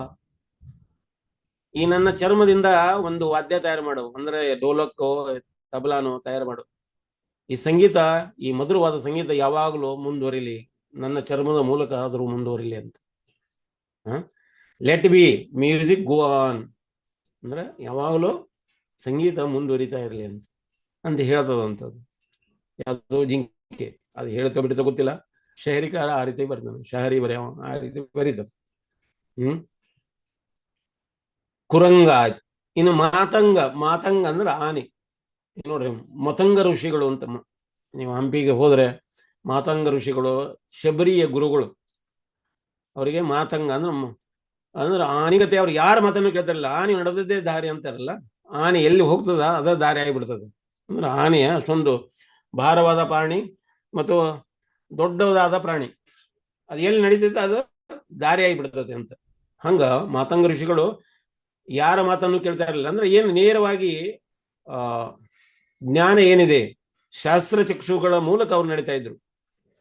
ಅದಕ್ಕೆ ಶಬರಿ ಕೇಳ್ತಾಳ, ನನಗೆ ನೀವು ದೀಕ್ಷಾ ಕೊಡೋದಾದ್ರೆ ಸಮಾಜ ನಿಮ್ಮನ್ನು ವಿರೋಧ ಮಾಡೋದಿಲ್ವಾ ಅಂತ ಕೇಳ್ತಾಳೆ ಶಬರಿ. ಅದಕ್ಕೆ ಮಾತಂಗ ಋಷಿಗಳು ಹೇಳ್ತಾರೆ, ಚಿಂತೆ ಮಾಡಬೇಡ, ನನ್ನ ಹೆಸರೇ ಮಾತಂಗ. ನಾನು ಹೇಳಿದ್ದು ನಾನು ಸಮಾಜಕ್ಕಾಗಿ ಇರುವುದಿಲ್ಲ, ನಾನು ಏನ್ ಮಾಡ್ತೇನೆ ಅದೇ ನನ್ನ ದಾರಿ ಆಗ್ತದೆ ಅಂತ. ಹಂಗ ಮಾತಂಗ ಅಂದ್ರೆ ಆನೆ ಎಲ್ಲಿ ನಡೀತದೆ ಅದು ದಾರಿ ಆಗ್ತದೆ ಅಂತ. ನೋಡ್ರಿ, ಅಷ್ಟು ದೊಡ್ಡದಾದ ಪ್ರಾಣಿ ಅದೇನಾಗ್ತದೆ, ಹೆಣ್ಣು ಆನೆಗೆ ಆಕರ್ಷಣೆಗೊಳ್ತದೆ. ಆ ಆನೆನ ಹಿಡಿಯೋರು ಅಥವಾ ಆನೆ ಪಳಗಿಸೋರು ಏನ್ ಮಾಡ್ತಾರೆ, ಆನೆ ಹೇಗೆ ಹಿಡಿತಾರೆ ಅಂದ್ರೆ ಒಂದು ದೊಡ್ಡ ಕೆಡ್ಡ ತಯಾರು ಮಾಡ್ತಾರೆ, ದೊಡ್ಡದಾದ ತಗ್ಗು ತಯಾರು ಮಾಡ್ತಾರೆ. ಆ ತಗ್ಗಿನ ಮೇಲೆ ಬಂಬುಗಳನ್ನ ಹಾಕಿ ಅದ್ರ ಮೇಲೆ ಹುಲ್ಲನ್ನು ಹಾಸಿ ಸ್ವಲ್ಪ ಮಣ್ಣನ್ನು ಒಗೆದಿರ್ತಾರೆ. ಇನ್ನೊಂದು ಹೆಣ್ಣಾನೆ ತಂದಿರ್ತಾರೆ. ಹೆಣ್ಣಾನೆ ತಮ್ಮಂದು ಆ ಹೆಣ್ಣಾನಿಗೆ ಆಲ್ರೆಡಿ ಟ್ರೈನಿಂಗ್ ಕೊಟ್ಟಿರ್ತಾರೆ. ಆ ಹೆಣ್ಣಾನೆ ಹೋಗ್ಬೇಕಾದ್ರೆ ಅದು ಈ ಕಡೆಯಿಂದ ಸೈಡ್ ಮರದ ಲೆಫ್ಟ್ ಸೈಡ್ ಇಂದ ಓಡ್ ಹೋಗ್ತದೆ. ಓಡ್ ಹೋಗ್ಬೇಕಾದ್ರೆ ಇದು ಹಿಂದೆ ಅಡ್ಡಿಸ್ಕೊಂಡ್ ಬರ್ತಾ ಇದೆ. ಏನು ದೊಡ್ಡ ಆನೆ ಮೇಬೂಬಾ ಮೇಬೂಬಾ ಅಂತಂದ ಅಂದ್ರೆ ಏನನ್ನ ಪ್ರಿಯೆ ಅಂತ ಓಡ್ ಬರ್ತಾ ಇದೆ. ಓಡ್ತಾ ಓಡ್ತಾ ಓಡ್ತಾ ಬರ್ಬೇಕಾದ್ರೆ ಹೆಣ್ಣಾನೆ ಸೈಡ್ ಹಾಸಿ ಹೋಗಿದ್ದ ಅದು ಗಮನಿಸ್ಲೇ ಇಲ್ಲ. ಇದು ನೇರವಾಗಿ ಬರ್ತದ. ಏನು ಕೆಡ್ಡ ತೆಗೆದಿದ್ರು ಅದ್ ಮುಚ್ಚಿದ ಮೇಲೆ ಹುಲ್ಲು ಹಾಕಿ ಮುಚ್ಚಿದ್ರು, ಮಣ್ಣು ಹಾಕಿದ್ರು, ಅದ್ರಲ್ಲಿ ಬರ್ತದ, ಬೆದ್ದು ಬಿಡ್ತದ. ಅದ್ರಲ್ಲಿ ಬೆದ್ದಾಗ ಸಿಕ್ಕಾಕೊಂಡ್ಬಿಡ್ತದೆ. ಸಿಕ್ಕಾಕೊಂಡಾಗ ಆ ಮನುಷ್ಯ ಏನ್ ಮಾಡ್ತಾನೆ, ಅದನ್ನ ಬಹಳಷ್ಟು ದಿನ ಅಂದ್ರೆ ಒಂದು 5-6 ದಿನ ತನಕನೂ ಅದಕ್ಕೆ ಊಟ ಕೊಡದಾನೆ, ಏನು ಕೊಡದಾನೆ ನಿಶ್ಚೇದಿಸ್ತಾರ. ಆಮೇಲೆ ಹಿಂದಕಡಿಸೆ ಸ್ವಲ್ಪ ಆಹಾರ ಕೊಟ್ಟು ಅದನ್ನ ಟ್ರೈನಿಂಗ್ ಮಾಡ್ಲಿಕ್ಕತ್ತಾರ. ಅಂಕುಶದಿಂದ ಅದನ್ನ ತಿವಿದು ಅವಾಗ ತಿವಿದು ಅದನ್ನ ಯಾವಾಗ ಟ್ರೈನಿಂಗ್ ಕೊಡ್ಲಿಕ್ಕತ್ತಾರ ಅವಾಗ ಅನಿಸ್ಲಿಕ್ಕತ್ತದ ಇವ್ರ ಮಾತು ನಾ ಕೇಳಲಿಲ್ಲ ಅಂದ್ರೆ ನನಗೆ ತಿನ್ಲಿಕ್ಕೆ ಏನು ಕೊಡುದಿಲ್ಲ ಇವ್ರು ಅಂತ. ಧೀರೆ ಅವ್ರ ಮಾತು ಕೇಳಲಿಕ್ಕತ್ತದ. ಅವ್ರು ಹೆಂಗ್ ಹೇಳ್ತಾರ ಹಂಗ್ ನಡಿಲಿಕ್ಕತ್ತದ. ಸರ್ಕಸ್ ನಲ್ಲಿ ಆನೆಗಳನ್ನ ಪಳಗಿಸವ ಹೆಂಗಿರ್ತಾನ, ಒಬ್ಬ ಗಿಡ್ಡ ಇರ್ತಾನೆ. ಅವ್ ಗಿಡ್ಡ ಏನೈತಿ ಒಂದು ಅಂಕುಶ ಹಿಡ್ಕೊಂಡು ಹೇಳ್ತಾನೆ, ಏಯ್ ಈತ ಕಡೆ ಇದ್ರ ಮೇಲೆ ಟೇಬಲ್ ಮೇಲೆ ಹತ್ತಿನಲ್ಲ, ಆ ಟೇಬಲ್ ಮೇಲೆ ಹತ್ತಿನ ತಗೊಳ್ತದ. ಆಮೇಲೆ ಒಂಟಿ ಕಾಲಿನ ನಿಲ್ಲಿಸ್ತಾರ ಅದನ್ನ, 3 ಕಾಲುಗಳನ್ನ ಮೇಲೆ ಎತ್ತಿ ಒಂಟಿ ಕಾಲಿನ ಮೇಲೆ ನಿಂತ್ಕೊಳ್ತದೆ ಭಾರ ಹಾಕೊಂಡು. ಫುಟ್ಬಾಲ್ ಆಟ ಆಡಿಸ್ತಾರ ಅದರಲ್ಲಿ. ಸುತ್ತರು ಅದೆಲ್ಲರೂ ಮೆರವಣಿಗೆ ಮಾಡ್ತಾರೆ. ಆನೆಗೆ ಅದು ಇಂಟ್ರೆಸ್ಟ್ ಇಲ್ಲ, ಆದ್ರೂ ಕೂಡ ಅದು ಮಾತು ಕೇಳಿಲ್ಲ ಅಂದ್ರೆ ಇವರು ಊಟ ಕೊಡೋದಿಲ್ಲ ನನಗೆ ಅಂತ. ಅವರ ಯಾರು ಕಂಟ್ರೋಲ್ ಮಾಡ್ತಿರ್ತಾರ ಆ ಕಂಟ್ರೋಲ್ನ ಅಂಡರ್ನೊಳಗನೆ ಇರಲೇಬೇಕಾಗ್ತದೆ. ತನ್ನ ಸ್ವತಂತ್ರತೆಯನ್ನ ಅದು ಕಳ್ಕೊಳ್ತದೆ. ಯಾವ ಉದ್ದೇಶದಿಂದ ಅದು ಕಳ್ಕೊಂತು? ಸ್ಪರ್ಶ, ತ್ವಚೆಯಿಂದ. ಹಿಂಗ ಕುರಂಗ ಆಯ್ತು, ಮಾತಂಗ ಆಯ್ತು. ಈಗ ಪತಂಗ ಅಂದ್ರೆ ಈಗ ಪಟ ಅಲ್ಲ, ಮೇಲೆ ಹಾರಿಸುವಂತ ಪಟ ಅಲ್ಲ, ಪತಂಗ ಅಂತ. ಹಿಂದಿಯೊಳಗೆ ಪತಂಗ ಅಂದ್ರೆ ಪಟ ಅಂತ ಹೇಳ್ತಾರೆ. ಈಗ ನಾವು ಗಾಳಿಯಲ್ಲಿ ಮೇಲೆ ದಾರ ಕಟ್ಟಿ ಮೇಲೆ ಹಾರಿಸ್ತೇವೆ. ವರ್ಷದಲ್ಲಿ ಒಂದು ಟೈಮ್ ಅದು ಗಾಳಿಪಟ ಉತ್ಸವನ ಆಚರಣೆ ಮಾಡ್ತಾರೆ ಬೇರೆ ಬೇರೆ ಕಡೆಗೆ. ಈಗ ಕರಾವಳಿ ಸೈಡ್ ಎಲ್ಲ ಏನ್ ಮಾಡ್ತಾರೆ, ಬೀಚ್ ಏರಿಯಾದಲ್ಲಿ ಅದನ್ನ ಫೆಸ್ಟಿವಲ್ ಆಚರಣೆ ಮಾಡ್ತಾರೆ. ಗುಜರಾತ್ನಲ್ಲಿ ಅದು ದೊಡ್ಡ ಫೆಸ್ಟಿವಲ್ ಆಗಿ ಆಚರಣೆ ಮಾಡ್ತಾರೆ. ಬಣ್ಣ ಬಣ್ಣದ ಮತ್ತೆ ಬೇರೆ ಬೇರೆ ಆಕಾರಗಳಲ್ಲಿರುವಂತ ಪತಂಗಗಳನ್ನ ಹಾರಿಸ್ತಾರೆ. ಮಕ್ಕಳಿಗೆ ಪತಂಗಗಳಂದ್ರೆ ಅಥವಾ ಪಟ ಅಂದ್ರೆ ಬಹಳ ಖುಷಿ ಆಗ್ತದೆ. ನಾವು ಸಣ್ಣವ್ರು ಇರ್ಬೇಕಾದ್ರೆ ಆ ಪಟಗಳನ್ನ ಹಾರಿಸ್ತಿದ್ವಿ. ಹಿಂಗ ಪತಂಗ ಅಂದ್ರೆ ಈಗ ಲೈಟಿಗೆ ಆಕರ್ಷಣೆಗೊಂಡು ಬರುವಂತ ಲೈಟಿನ ಹುಳುಗಳು ಅಂತ ಹೇಳ್ಬೋದು. ಈಗ ರಾತ್ರಿ ಮಳೆಗಾಲ ಶುರು ಆಗ್ಬೇಕಾದ್ರೆ ಸಾವಿರಾರು ಗಟ್ಟಲೆ ಹುಳುಗಳು ಹಾರ್ತಾ ದೊಡ್ಡ ರೆಕ್ಕೆ ಇರ್ತದ, ಹಾರ್ತಾ ಬರ್ತಾವು. ಆ ಲೈಟಿನ ಸುತ್ತ ಎಲ್ಲ ಪ್ರದಕ್ಷಿಣೆ ಆಗ್ತಾ ಇರ್ತಾವ. ಅಯ್ಯೋ ಎಷ್ಟೊಂದು ಹುಳ ಬಂದಿದಾವ ಅಂತ ಹೇಳ್ಬಿಟ್ಟು ನಾವು ಕಿಟಕಿ ಬಂದ್ ಮಾಡ್ತೇವೆ. ಅವತ್ತಿನ ದಿನ ರಾತ್ರಿ ಮಲಗ್ತೇವೆ. ಬೆಳಗ್ಗೆ ಎದ್ದು ನೋಡಿದ್ರೆ ಅವೆಲ್ಲ ಪತಂಗಗಳು ಎಲ್ಲೇ ಆ ಲೈಟಿನ ಅಡಿಯಲ್ಲೆಲ್ಲ ಬಿದ್ದು ಸತ್ತು ಬಿಟ್ಟಿರ್ತಾವ. ಅದ್ರ ರೆಕ್ಕೆಲ್ಲ ಹರ್ಕೊಂಡು ಹೋಗಿರ್ತಾವ. ಅಲ್ಲಿಗೆ ಅದ್ರ ಲೈಟ್ ಮುಗಿದು ನೋಡ್ರಿ. ಆ ಪತಂಗಗಳ ಕಣ್ಣು ಇದೆಲ್ಲ, ಅದು ಕಣ್ಣಿಗಾಗಿ ಆಕರ್ಷಣೆ ಎಷ್ಟೊಂದು ಆಕರ್ಷಣೆಗೊಳ್ತಾವಂದ್ರೆ ಬಂದು ಲೈಟಿಗೆಲ್ಲ ಪ್ರದಕ್ಷಿಣೆ ಹಾಕ್ಲಿಕ್ಕತ್ತಾವ. ನಾವು ತುಳಸಿ ಮಹಾರಾಣಿಗೆ ಪ್ರದಕ್ಷಿಣೆ ಹಾಕಿದ್ರೆ ಅವು ಲೈಟಿಗೆ ಪ್ರದಕ್ಷಿಣೆ ಆಗ್ತಾವ. ಹಾಕಿ ಬೆಂಕಿಗೆ ಆಕರ್ಷಣೆಗೊಳ್ತಾವ. ಇವು ಬೆಂಕಿ ಆದ್ರೂ ಕೂಡ ಆ ಬೆಂಕಿಗೆ ಆಕರ್ಷಣೆಗೊಂಡು ಆ ಬೆಂಕಿ ಸುತ್ತಲ ರೌಂಡ್ ಹಾಕಿ ಬಂದು ನೇರವಾಗಿ ಆ ಬೆಂಕಿ ಒಳಗೆ ಬಿದ್ದು ಬಿಡ್ತಾವ. ಆ ಬೆಂಕಿಗೆ ಏನಾಗ್ತದೆ, ರೆಕ್ಕೆಗಳೆಲ್ಲ ಸುಟ್ಟು ಹೋಗ್ಬಿಡ್ತಾವ. ಯಾವಾಗ ರೆಕ್ಕೆ ಸುಡ್ತದ ಅವಾಗ ಹಾರ್ಲಿಕ್ಕೆ ಆಗೋದಿಲ್ಲ. ಆ ಬೆಂಕಿ ಒಳಗೆ ಬಿದ್ದು ಸುಟ್ಟು ಹೋಗ್ಬಿಡ್ತು. ಒಂದು ಪತಂಗ ಮುಂದೆ ಹೋಗಿ ಹಿಂಗ ಬೆಂಕಿಯಲ್ಲಿ ಬಿದ್ದು ಅದು ಸತ್ತು ಆತ್ಮಹತ್ಯೆ ಮಾಡಿಕೊಳ್ತು ಅಂತ ತಿಳ್ಕೊಂಡು ಹಿಂದಿರುವಂತ ಪತಂಗಗಳು ಯೋಚನೆ ಮಾಡ್ತಾವೇನೋ, ಅಯ್ಯೋ ನಮ್ಮ ಮುಂದೆ ಹೋಗಿರುವಂತವ್ರು ಬಿದ್ದು ಸತ್ತು ಹೋಗ್ಬಿಟ್ಟು ಬೆಂಕಿಯಲ್ಲಿ ಬಿದ್ದು ಸತ್ತು ಹೋಗ್ತಾ ಇದ್ವು, ನಾವು ಹೋಗಬಾರ್ದು ಅಂತ ಕೇರ್ ತೊಗೊಳ್ತಾವೋ? ಇಲ್ಲ. ನಮ್ಮ ಮುಂದ ನಮ್ಮ ಬಾಯಿ ಮುಂದೆ ಹೋಗಿದಾನ, ನಾವು ಹೋಗ್ಬೇಕಂತ ಅವು ಒಂದ್ ಹಿಂದೆ ಹೋಗ್ಬಿಡ್ತಾವ. ಹೆಂಗಂದ್ರ ಕುರಿಗಳು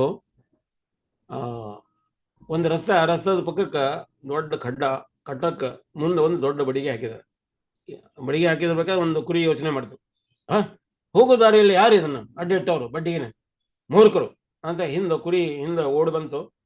ಹಿಂದಕ್ಕೆ ಬಂದು ಮತ್ತೆ ಫಾಸ್ಟ್ ಆಗಿ ಓಡಿ ಜಂಪ್ ಮಾಡಿ, ಅಂದ್ರ ಆ ಬಡಿಗಿಟ್ಟಿರುವಂತ ಏನು ಜಾಗ ಇತ್ತಲ್ಲ ಅದನ್ನ ಜಂಪ್ ಮಾಡಿ ಕೆಳಗೆ ಹಾರಿತು. ಎಲ್ಲಿ ಹೋಗ್ಬಿತ್ತು ಅದು? ಆ ಕಡ್ಡದಲ್ಲಿ ಹೋಗ್ಬಿತ್ತು, ಆ ತಗ್ಗಿನಲ್ಲಿ ಹೋಗಿ ಬಿದ್ದು ಬಿಡ್ತು. ಹಿಂದೆ ಬರುವಂತ ಕುರಿ ಯೋಚನೆ ಮಾಡ್ತು, ಓ ಹಿಂಗ ಇಲ್ಲಿಂದ ನಾವು ಇಲ್ಲಿಂದ ಓಡ್ಬೇಕು, ಓಡ್ತಾ ಹೋಗಿ ಜಂಪ್ ಮಾಡ್ಬೇಕು, ಮುಂದೆ ಓಡಿ ಹೋದ ಅಂತ. ಅದು ಹಿಂದೆ ಬರುವಂತ ಕುರಿನ ಓಡ್ತಾ ಬರ್ತದ, ಜಂಪ್ ಮಾಡಿ ಅದು ಎಲ್ಲಿ ಬರ್ತದೆ?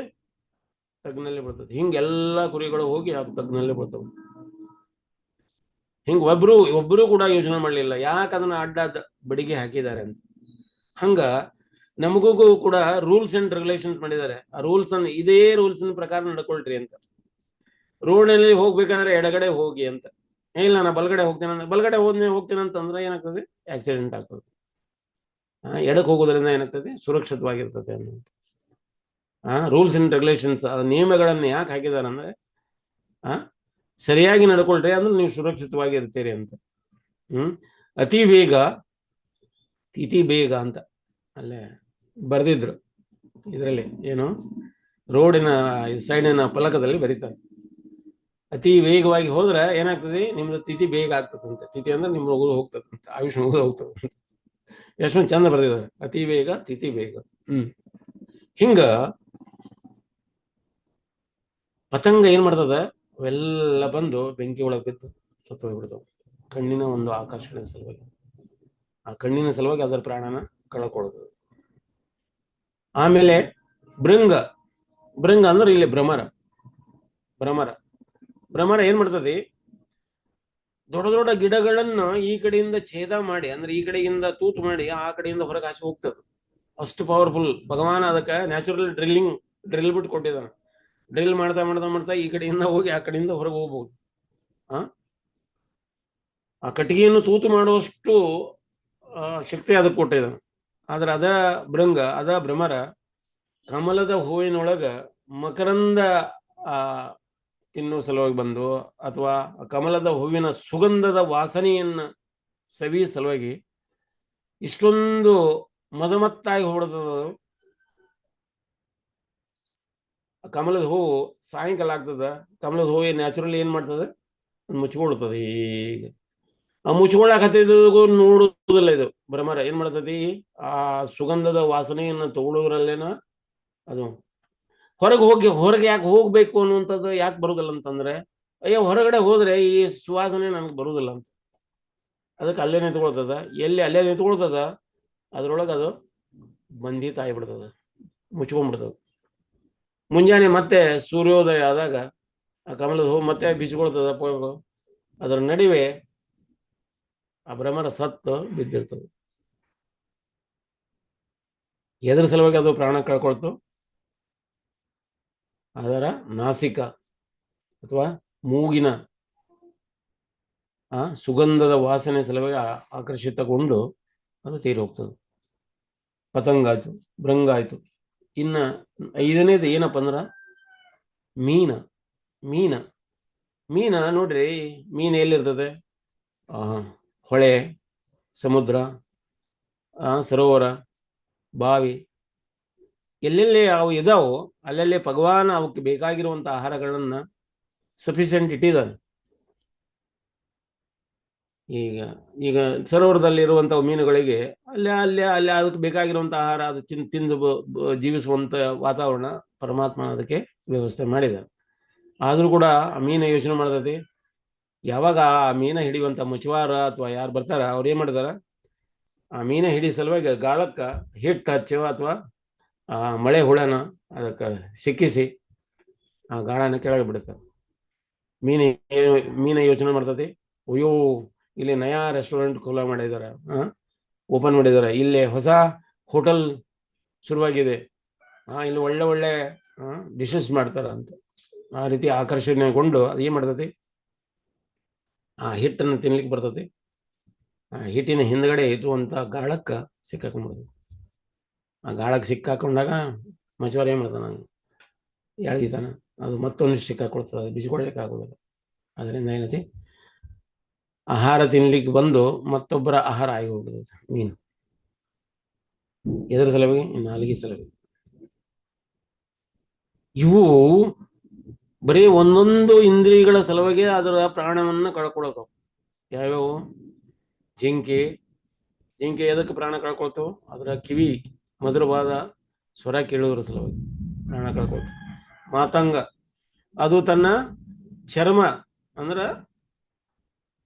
ಸ್ಪರ್ಶ ಸಲುವಾಗಿ ಅದು ತನ್ನ ಪ್ರಾಣ ಕಳ್ಕೊಂಡು.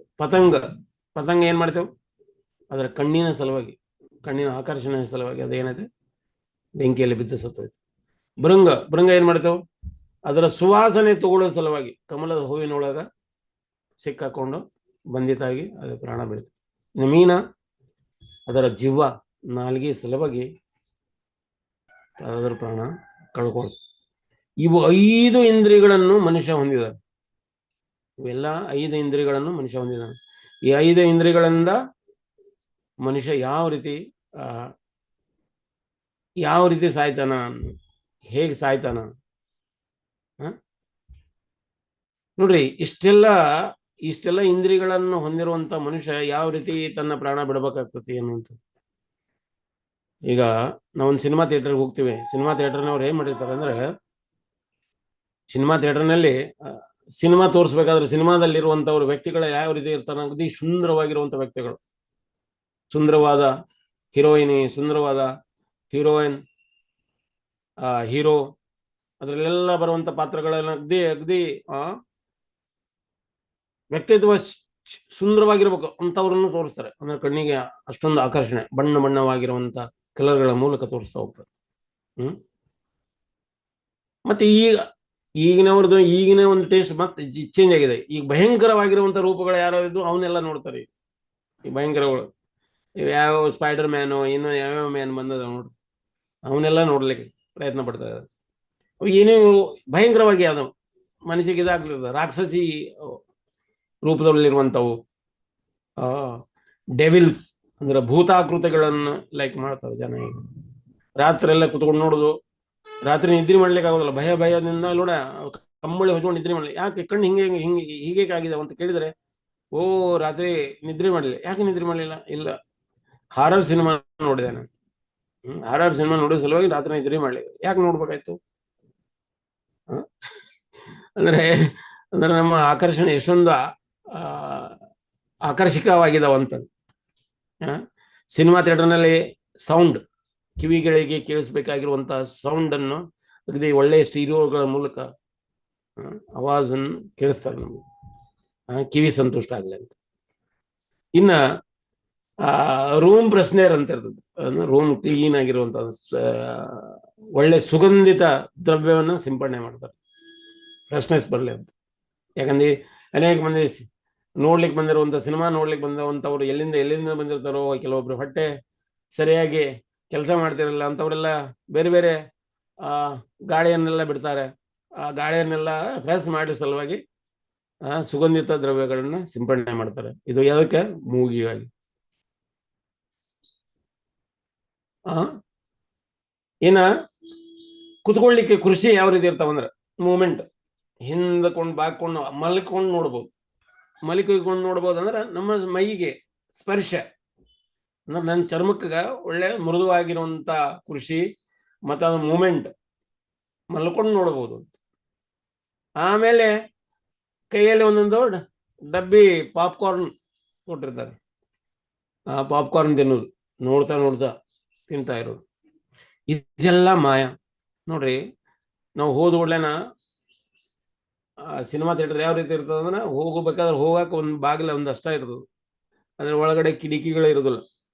ಹೋಗ್ತಾ ಇರೋದು ಬಾಗಿಲು ಬಂದಾಗ್ತದೆ, ಪೂರ ಅಂಧಕಾರ, ಕತ್ತಲು ತುಂಬಿಕೊಳ್ತದೆ.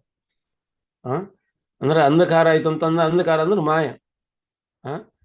ಅಂಧಕಾರ ತುಂಬಿಕೊಂಡಿರುವಂತ ಇದ್ರೊಳಗ ನಾವು ಕುತ್ಕೊಂಡು ನಾವ್ ಏನೇನು ನೋಡ್ಲಿಕ್ಕತ್ತೀವಿ? ಅಂಧಕಾರನ ನೋಡ್ಲಿಕ್ಕತ್ತೀವಿ. ಏನ್ ಅಂಧಕಾರ? ಅದು ಸತ್ಯ ಘಟನೆಗಳಲ್ಲ. ಸಿನಿಮಾ ತೋರಿಸೋದು ಏನೈತಂದ್ರೆ ಅದ್ರಲ್ಲಿ ಬರೀತಾರ, ಮೇಲೆ ಬರೀತಾರ, ಒಂದು ಏನು ಅಡ್ವರ್ಟೈಸ್ಮೆಂಟ್ ನಲ್ಲಿ ಕೊಡ್ತಾರ ಅವರು. ಇದರಲ್ಲಿ ಬರುವಂತವು ಪಾತ್ರಗಳೆಲ್ಲವೂ ಕಾಲ್ಪನಿಕ, ಯಾವುದು ಸತ್ಯ ಅಲ್ಲ ಅಂತ ಅವ್ರು ಹೇಳ್ತಾರೆ. ಆದ್ರೂ ಕೂಡ ನಾವು ಹೋಗಿ ಕುತ್ಕೊಂಡು ನೋಡ್ತೇವೆ, ಓ ಇದು ಸತ್ಯ ಅಂತನ ಅವ್ರು ಹೇಳಿದ್ರು ಕೂಡ. ಈಗ ಸಿಗರೇಟ್ ಪ್ಯಾಕೆಟ್ ಮೇಲೆ ಬರೆದಿರ್ತಾರ, ಶರೀರಕ್ಕೆ ಹಾನಿಕಾರ ಆದ್ರೂ ಕೂಡ ಸಿಗರೇಟ್ ಸೇದೋದು. ತಂಬಾಕದ ಪ್ಯಾಕೆಟ್ ಮೇಲೆ ಬರೆದಿರ್ತಾರ, ಅಲ್ಲಿ ಅದ್ರ ಮೇಲೆ ಕ್ಯಾನ್ಸರ್ ಚಿತ್ರಗಳನ್ನ ಹಾಕಿರ್ತಾರೆ, ಆರೋಗ್ಯಕರ ಹಾನಿಕರ ಆದ್ರೂ ಕೂಡ ನಾವು ತಿಂತಾ ಇದ್ದೀವಿ. ನೀವು ಏನು ಮಾಡಬೇಡ್ರಿ ಅಂತ ಹೇಳ್ತೀವಿ, ಅದನ್ನ ಮುದ್ದ ಮಾಡ್ತೇವೆ. ಈಗ ಮಗುಗೆ ಹೇಳ್ತಾರ ಅದ್ರಲ್ಲಿ ಹೋಗ್ಬೇಡ ಅಂದ್ರೆ ಅಲ್ಲಿ ಮುದ್ದಾಮ ಹೋಗ್ತಾನೆ, ಅದು ಮುಟ್ಟಬೇಡ ಅಂದ್ರೆ ನಾನು ಮುಟ್ತಾನೆ.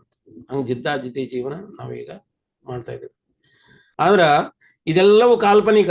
ಯಾವ ತೋರ್ಸೋದು ಅದ್ರೊಳಗೆ ಹೀರೋಯಿನ್ ಏನೇನ್ ತೋರಿಸ್ತಾರ ಅದ್ರೊಳಗಿರೋದು ಎಲ್ಲ ಕಾಲ್ಪನಿಕ. ಆದ್ರೆ ಒಂದ ಸತ್ಯ. ಏನೇ ಸತ್ಯ, ಒಂದು ಅಸಲಿತ್ ಏನಪ್ಪ ಅಂದ್ರ, ಏನು ಪಾಪ್ಕಾರ್ನ್ ತಿನ್ಲಿಕ್ಕತ್ತೀವಲ್ಲ ಅದು ಒಂದು ಮಾತ್ರ ಅಸಲಿತ್ ಅದ್ರಲ್ಲಿ ಕಾಣ್ತದೆ. ಹಿಂಗ ಮಾಯೆ ಅನ್ನೋದು ನಮ್ಮನ್ನ ಆವರಿಸಿಕೊಡ್ತದೆ ಧೀರೆ ಧೀರೆ.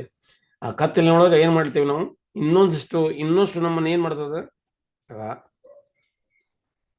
ಅಂಧಕಾರ ತಮೋ ಗುಣಕ್ಕ ಉಳಿತಾ ಹೋಗ್ತದೆ. ಅದರಿಂದ ನಮ್ಗೆ ನಾಲೆಜ್, ನಾವು ಅನ್ಕೊಂಡಿದ್ದೀವಿ ನಮ್ಮಲ್ಲಿ ನಾಲೆಜ್ ಬರ್ತದೆ, ನನಗೆ ಆನಂದ ಆಗ್ತದೆ.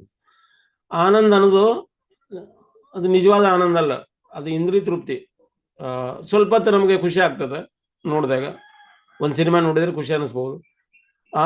ಇನ್ನೊಂದು ಸಿನಿಮಾ ನೋಡ್ಲಿಕ್ಕೆ ಹೋದ್ರೆ ಅದ ಕಣ್ಣ ಹೇಳ್ತದೆ, ಅಯ್ಯೋ ನಂಗೆ ಸಾಕಾಯ್ತದೆ, ನನ್ನ ತಲೆ ನೋಯ್ಲಿಕ್ಕತ್ತೈತೆ, ಕಣ್ಣು ಉರ್ಲಿಕ್ಕತ್ತದವು, ಇವು ಕಿವಿಯನ್ನ ಅಯ್ಯೋ ಏನ್ ಸೌಂಡ್ ಕೇಳಿ ಕೇಳಿ ಸಾಕಾಯ್ತು. ಯಾಕೆ ಅಂದ್ರ ಇಂದ್ರಿಯಗಳಿಗೆ ಲಿಮಿಟ್ ತನಕ ಅಷ್ಟೇ ಕೆಲಸ ಮಾಡ್ತಾವ. ಲಿಮಿಟ್ ಮೀರಿ ಹೋತಂತಂದ್ರೆ ಆ ಇಂದ್ರಿಯಗಳ ಸಕ್ ಮಾಡೋದಿಲ್ಲ, ಸೆನ್ಸ ಮಾಡೋದಿಲ್ಲ, ಅವು ತಗೊಳ್ಳೋದೇ ಇಲ್ಲ. ಈಗ ನಾಲ್ಗಿಗೆ ನಾವು ಒಂದು ಗುಲಾಬ್ ಜಾಮೂನ್ ಕೊಟ್ರೆ ಒಳ್ಳೆ ಖುಷಿ ಆಗ್ತದೆ. ವಾ ಏನು ಗುಲಾಬ್ ಜಾಮೂನ್, ಭಕ್ತರು ಹೇಳ್ತಾರೆ ಇನ್ನೊಂದು ತಗೋ, ಕೊಡಿ ಇನ್ನೊಂದು ತಗೋ, ಒಳ್ಳೇದು. 3 ಆದ್ಮೇಲೆ 4ನೇದ ಮೇಲೆ ಅಯ್ಯೋ ಪ್ರಭು ಇಲ್ಲ ಇನ್ನೊಂದು ತಗೊಳಿದು ಆಯ್ತು ಅಂತ ತಗೊಂಡು ಬಾಯಿಗೆ ಇಟ್ಕೊಂಡ್ರು, ಅಯ್ಯೋ ಇದು 5ನೇ ಒಂದು ಗುಲಾಬ್ ಜಾಮೂನ್ ಏನಾಗ್ತೈತೆ, ಬ್ಯಾಡ್ರಿ ನಮ್ ಬೇಡ, ಸಾಕು 6ನೇ ಗುಲಾಬ್ ಜಾಮೂನ್ಗೆ ಟೇಸ್ಟ್ಲೆಸ್ ಆಗಿಬಿಡ್ತದೆ ಜೀವ, ಅದರದ್ದು ಟೇಸ್ಟ್ನ ಕಳ್ಕೊಂಡ್ಬಿಡ್ತದೆ. ಈಗ ಕಣ್ಣು ಏನ್ ಮಾಡ್ತೇವೆ, ಇನ್ನೊಂದು ಸಿನಿಮಾಕ್ಕೆ ಅದು ಕಣ್ಣು ಅದು ಕೆಲಸ ಮಾಡಿಕೊಡೋದಲ್ಲ, ಕಿವಿ ಕೇಳಿಸ್ಕೊಳಕ್ತಾ ಇರಲಿಲ್ಲ. ಈಗ ಗುಲಾಬ್ ಜಾಮೂನ್ ಎನ್ನುವಂಥದ್ದು ನಾಲ್ಗೆ ಏನ್ ಮಾಡ್ತದೆ, 6ನೇ ಗುಲಾಬ್ ಜಾಮೂನಿಗೆ ಅದ್ರ ಟೇಸ್ಟ್ ಅನ್ನೋದು ಹೊರಟು ಹೋಗ್ತದೆ. ಹಂಗ ಇಂದ್ರಿಯಗಳದವಲ್ಲ, ಸ್ವಲ್ಪ ಟೈಮ್ ತಕ್ಕ ಕೆಲಸ ಮಾಡ್ತಾವು, ಲಿಮಿಟೆಡ್ ಟೈಮ್ ತನಕ ಅಷ್ಟೇ ಕೆಲಸ ಮಾಡ್ತಾವೆ. ಅದರಿಂದ ಗ್ರಹಿಸುವಂತ ಇಂದ್ರಿಯ ಸುಖ ಏನದಲ್ಲ, ಅದು ನಿಜವಾದ ಆನಂದ ಅಲ್ಲ. ನಿಜವಾದ ಆನಂದದ ಒಂದು ಸ್ರೋತು ಯಾರಂದ್ರೆ ಭಗವಾನ್. ಆ ಆನಂದ ಎಲ್ಲಿದೆ ಅಂದ್ರ ಕೃಷ್ಣನಲ್ಲಿದೆ ಅಂತ. ನೋಡ್ರಿ, ಪರೀಕ್ಷಿತ ಮಹಾರಾಜರು